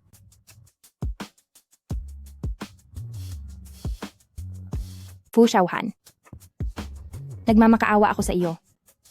Pakiusap, tulungan mo ako, maaari ba?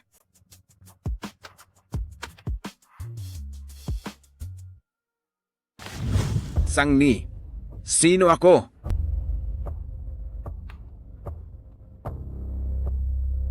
Fu Xiaohan. Mali. Asawa ko.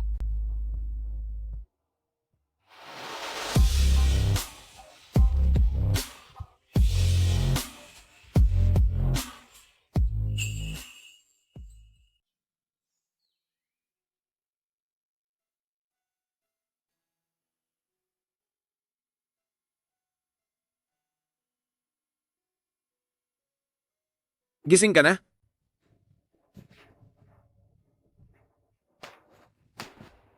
Mag-usap tayo.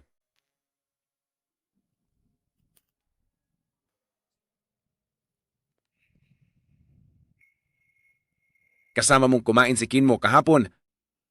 Kaya siya ba ang naglagay ng gamot sa inumin mo?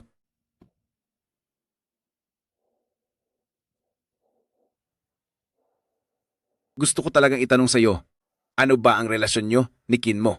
Gusto mo ba siya? Dati kaming magkaibigan. Paano naman ngayon? Ngayon, hindi na kami kahit magkaibigan.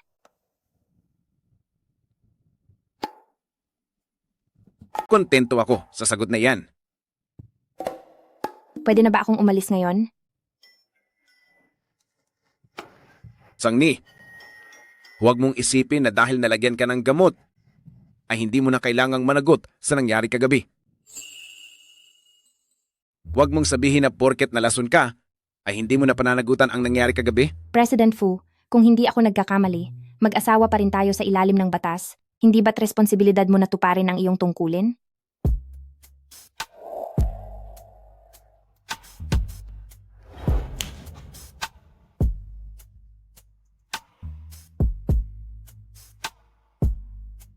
Mrs. Fu, labag din sa batas ang pagpilit sa asawa. Ano na, President Fu? Anong ibig mong sabihin? Tawagin mo akong asawa. Fu Xiaohan, matagal ko nang hindi maintindihan. Wala naman tayong pagtingin sa isa't isa. Ikaw pa ang general manager ng Zihe Group. Isang tanyag at mayamang tao sa Rongcheng. Basta't gusto mo, maraming babaeng handang pumila para sa iyo.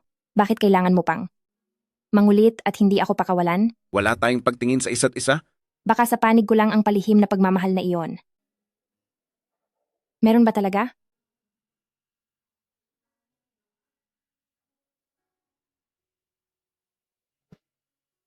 Kaya ba kailanman ay hindi mo ako minahal?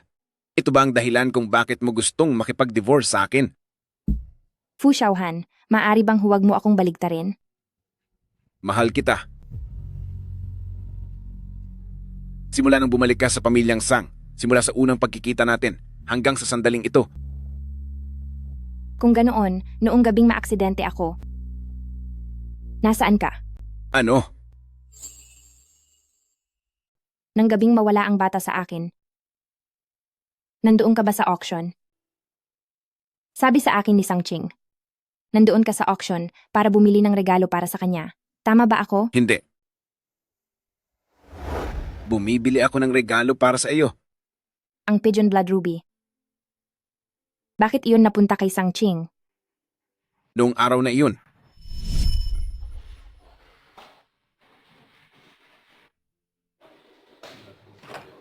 Kuya Xiaohan, gusto lang ni ate na mapag-isa, kaya huwag na muna natin siyang i-disturb sa loob. gusto ko lang siyang damayan at kausapin. Pero, masakit pa ito para kay ate. Kaya mas mabuting, huwag na nating pag-usapan.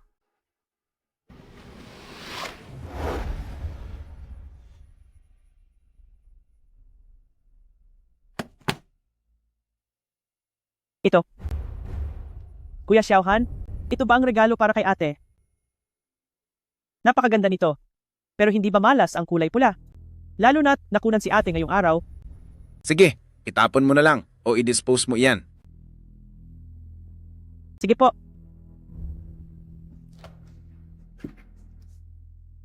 Kuya Xiaohan, mayroon sana akong hihilingin sa iyo. Huwag mo muna masyadong asikasuhin si ate. At hanggat maaari, huwag mo muna siyang makita. Dahil para kay ate, maaalala lang niya ang nangyari ngayon kapag nakita ka niya.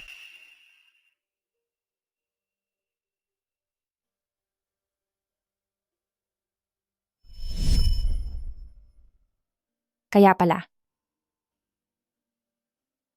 Si Sang Ching pala ang Patawad. Kasalanan ko dahil wala akong sariling desisyon. Hindi kita naasikaso ng maayos, kaya nauwi ito sa aksidente. Fu Xiaohan. Hindi iyon aksidente. Fu Xiaohan. Hindi iyon aksidente. Si Sang Ching. Siya ang nagtulak sa akin pababa ng hagdan. Alam mo ba, Fu Xiaohan? Akala ko noong una. Para sa kaniya, isa lang itong walang buhay na piraso ng laman. Na sa akin lang ang anak na iyon. Paano mangyayari iyon? Anak natin iyon, handa akong magsakripisyo para sa kanya. Pero matapos ang nangyari, kahit kailan, hindi mo man lang tinanong kung nasasaktan ba ako. Kasalanan ko ang lahat. Akala ko talaga, ang buong akala ko ay gusto mo si Sang Ching. Kaya ang paghihiwalay natin ang magpapalaya sa iyo. Patawad. Pasensya na. Sangni. Lahat ng taong nang api sa iyo, hindi ko palalagpasin at parurusahan ko silang lahat.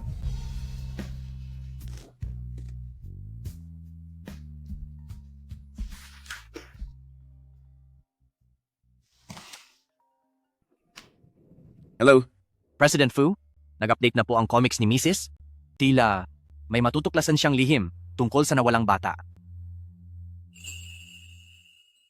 Kailangang malaman ang sikreto tungkol sa nangyari sa bata. Naintindihan ko. Palagi kang Ako. Gusto kitang mas kilalanin pa. Sangni, natatakot ako na iwan mo ako.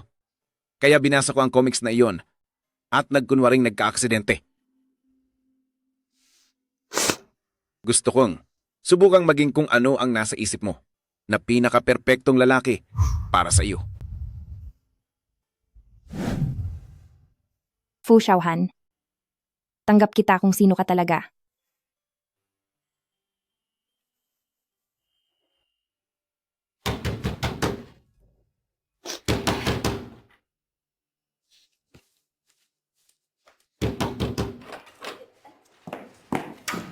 Miss, pwede bang mahiya naman kayo sa ibang tao?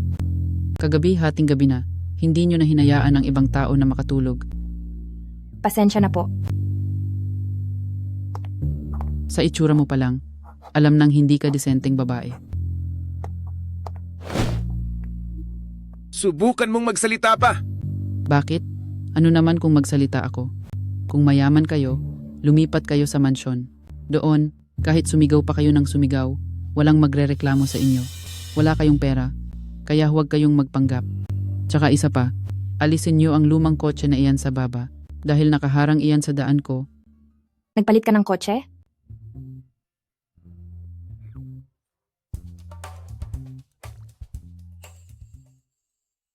Nagpalit ka ba ng kotse?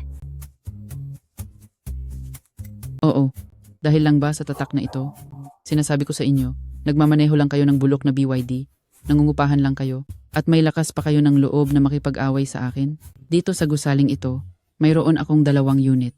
Ang anak ko ay nagmamaneho ng BMW, tapos lalaban ka pa sa akin.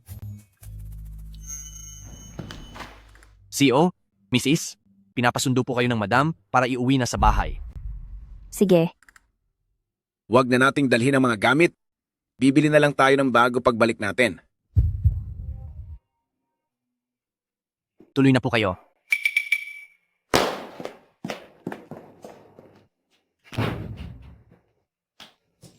Sus, hambog. Nakasakay lang sa BYD. Akala mo kung sinong CEO na. Ay naku, nakakatawa talaga. Akala siguro nila maloloko nila ako sa pagkuha ng aktor. Ayayay, iiwan na raw lahat ng gamit, ang yayabang. Ano bang klase ito? Hoy, Nay, yung kotse sa tapat ng pinto kanina, napakagara. ano? Ang ibig mong sabihin ay ang kotse sa labas? Oo po. Hindi ba BYD lang yon? Naku, sinong may sabi sa inyo niyan? Isa iyong Bentley, sobrang mahal niyan. Mas mahal pa sa BMW? Opo. Ha? Lagot na tayo, lagot na talaga. Kung alam ko lang sana, hindi ko na sila ininis pa.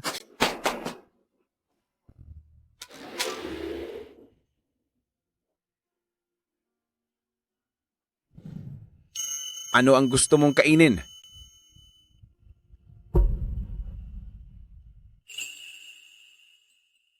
Madam, bumalik na po pala kayo. Tingnan niyo po. Ito po ang pinahahanda ng boss na cake para sa inyo. Fu Xiaohan, sinasadya mo ito. Huwag kang mag-alala. Mula ngayon ay araw-araw na kitang bibigyan ng strawberry cake. Tikman mo.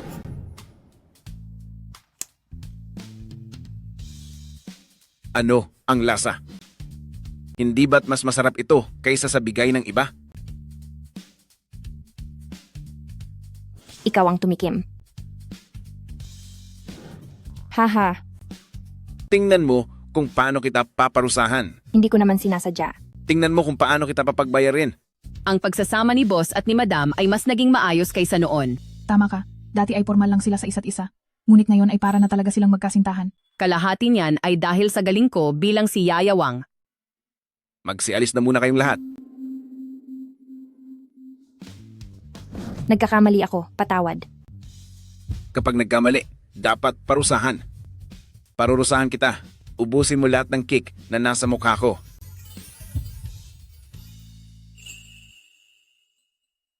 Diyos ko, hindi ito maganda. Hindi maganda.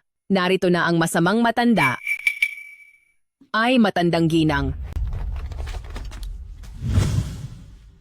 Pasensya na po sa dila ko. Nagkamali na naman po ako ng salita. Xiaohan, ikaw ang tagapagmana ng pamilya Fu? Bakit ganyan ang itsura mo?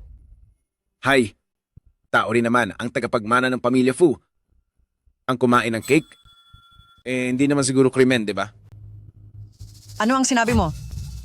Lola, wag na po kayong magalit. Kuya Xiaohan, baka hindi lang maganda ang pakiramdam niya? Mali kayo.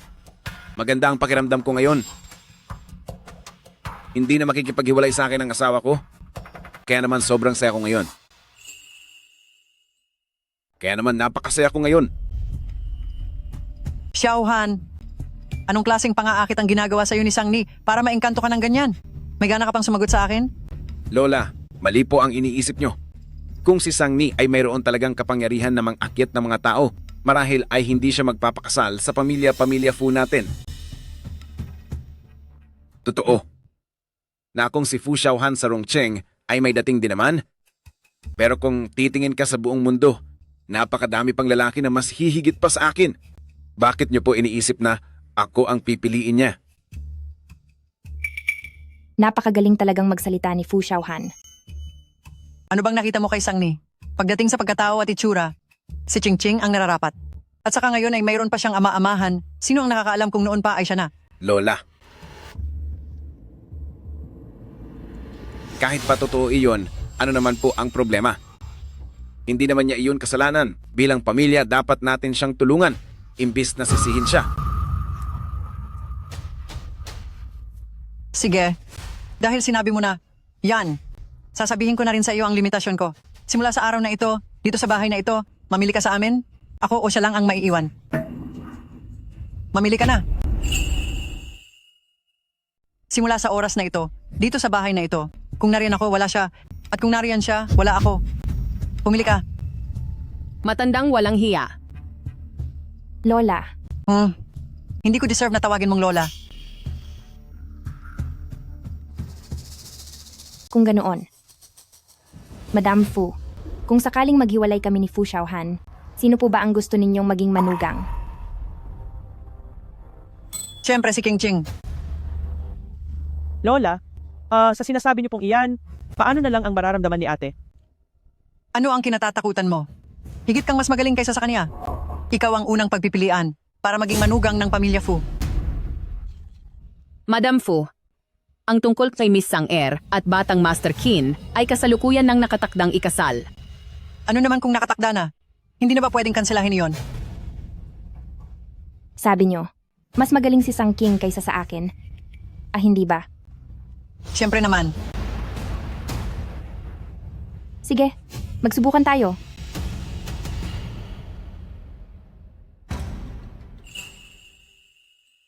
Tingnan lang natin kung ano ang binabalak mo. Lola, mas mabuting hayaan na lang po natin ito. Magtira naman tayo ng kahihiyan para kay ate. Masyadong mapangahas. Pagbibigyan ko siya. Halika, sabihin mo ang pinag-aralan mo. Ate, kagustuhan ito ni Lola. Sabihin mo sa kanya ang iyong kaalaman at ang iyong mga kakayahan. Nag-graduate ako sa University of Pennsylvania. Marunong akong magsalita ng 6 na wika. Maalam din ako sa musika, sining at literatura. Nag-internship ako sa Fu Group ng ilang panahon at ngayon ay matagumpay na akong na-promote sa posisyon bilang vice-presidente. At saka ako. Madam, ang mga parangal at sertipiko na ito, napakabigat po.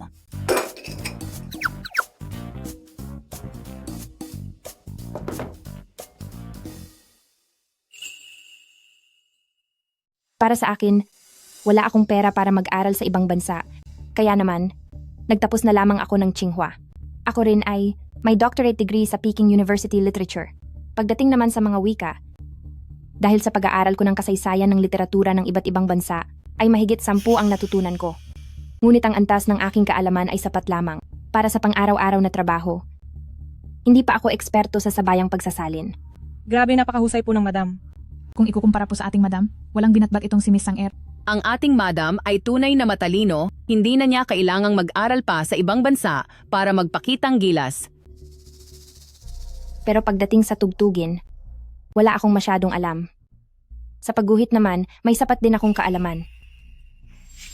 Ang ibig bang sabihin ni ate ay ang mga comics na iyon? Huwag na nating banggitin ang mga walang kwentang bagay na iyan. Ay madam, nakalimutan ko. Maghintay po kayo ng sandali.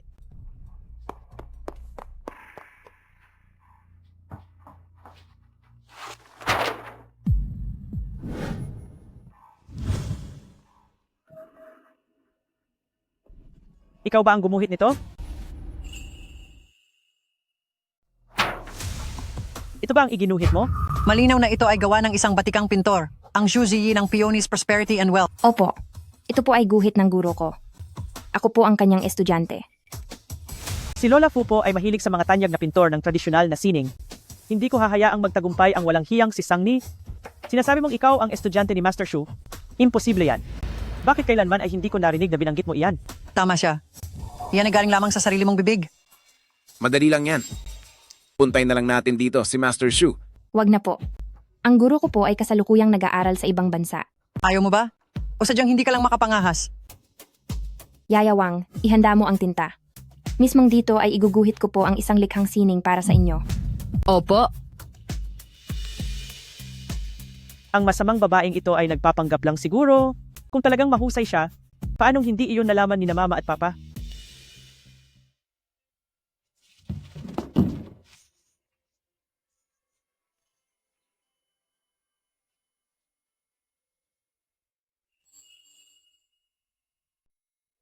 Napakaganda talaga ni Sangni kapag seryoso.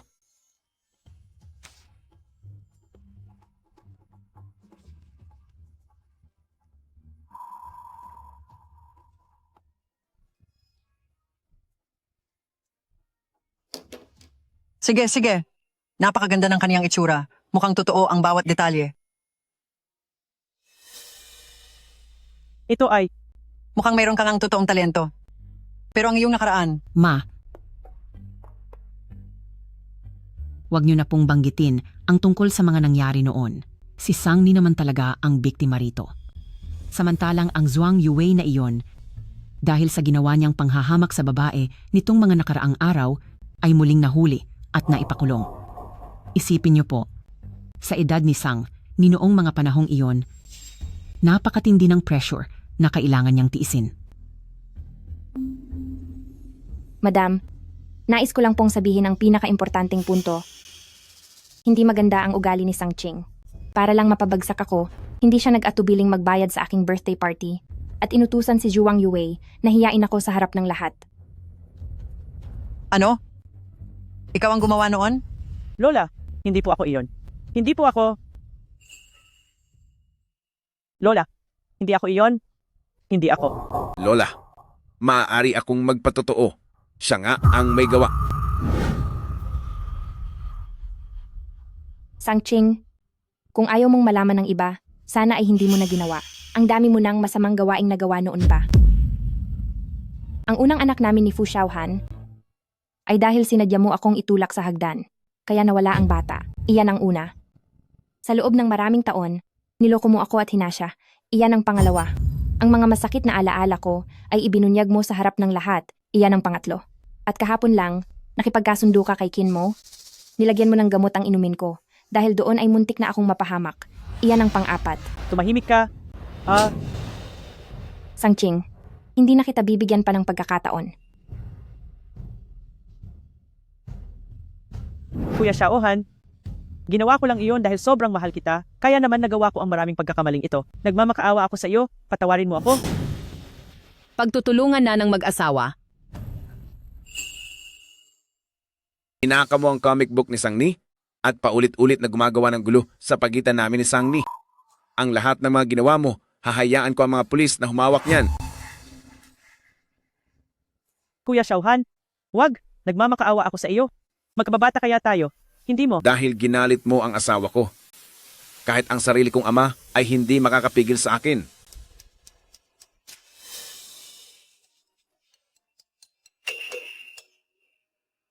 Nagsasabi ako ng totoo.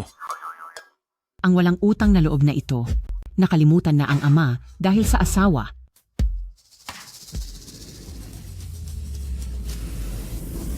Lola, naniniwala po kayo sa akin, di ba? Wala akong ginawa talaga po. Sang Ching, sinaktan mo ang apo ko sa tuhod. Hindi ko ito palalagpasin. Tawagin sina Sanglin at kanyang asawa. Pumunta kayo agad sa pamilya Fu. Opo. Wag. Lola, wag po. Bitawan niyo ako. Bitawan niyo ako.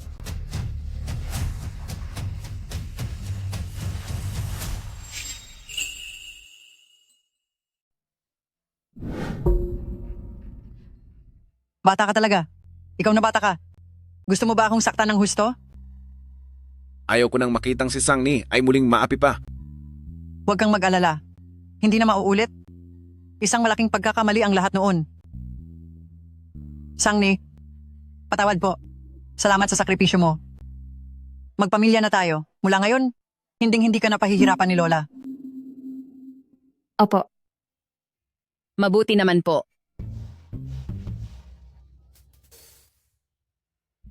Maganda ang ginawa ni Yayawang. Ang sweldo ni Yayawang mula ngayon ay madodoble. Ay, maraming salamat po, Madam Fu. Napakabait niyo po talaga. Buhay na Bodhisattva.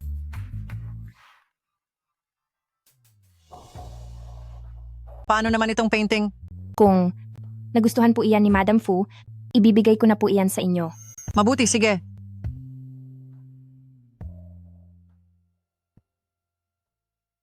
Simula sa araw na ito, wala na kaming anak na katulad mo. Papa! Pa! Mama!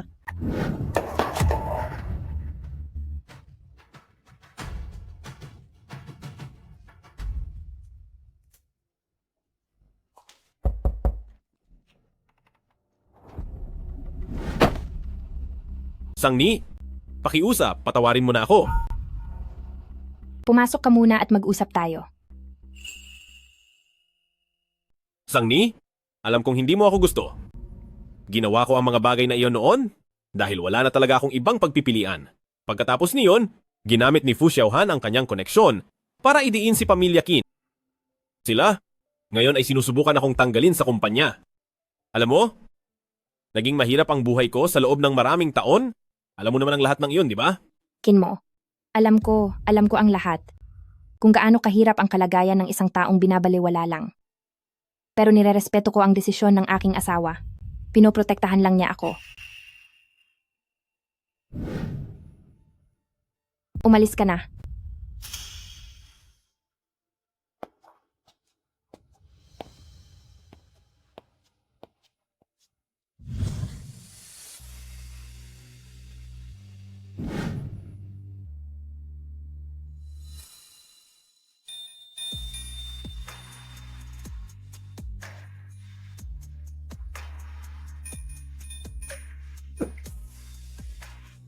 Anong nangyari?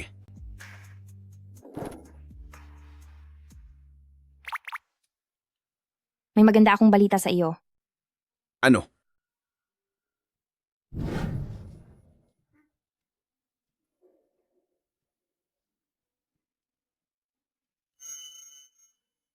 Nagdadalang tao ka ba? Oo. Siguradong ang anak nating ito, narinig niya ang sigaw ng puso ni Papa at Mama at bumalik siya para sa atin. Oo.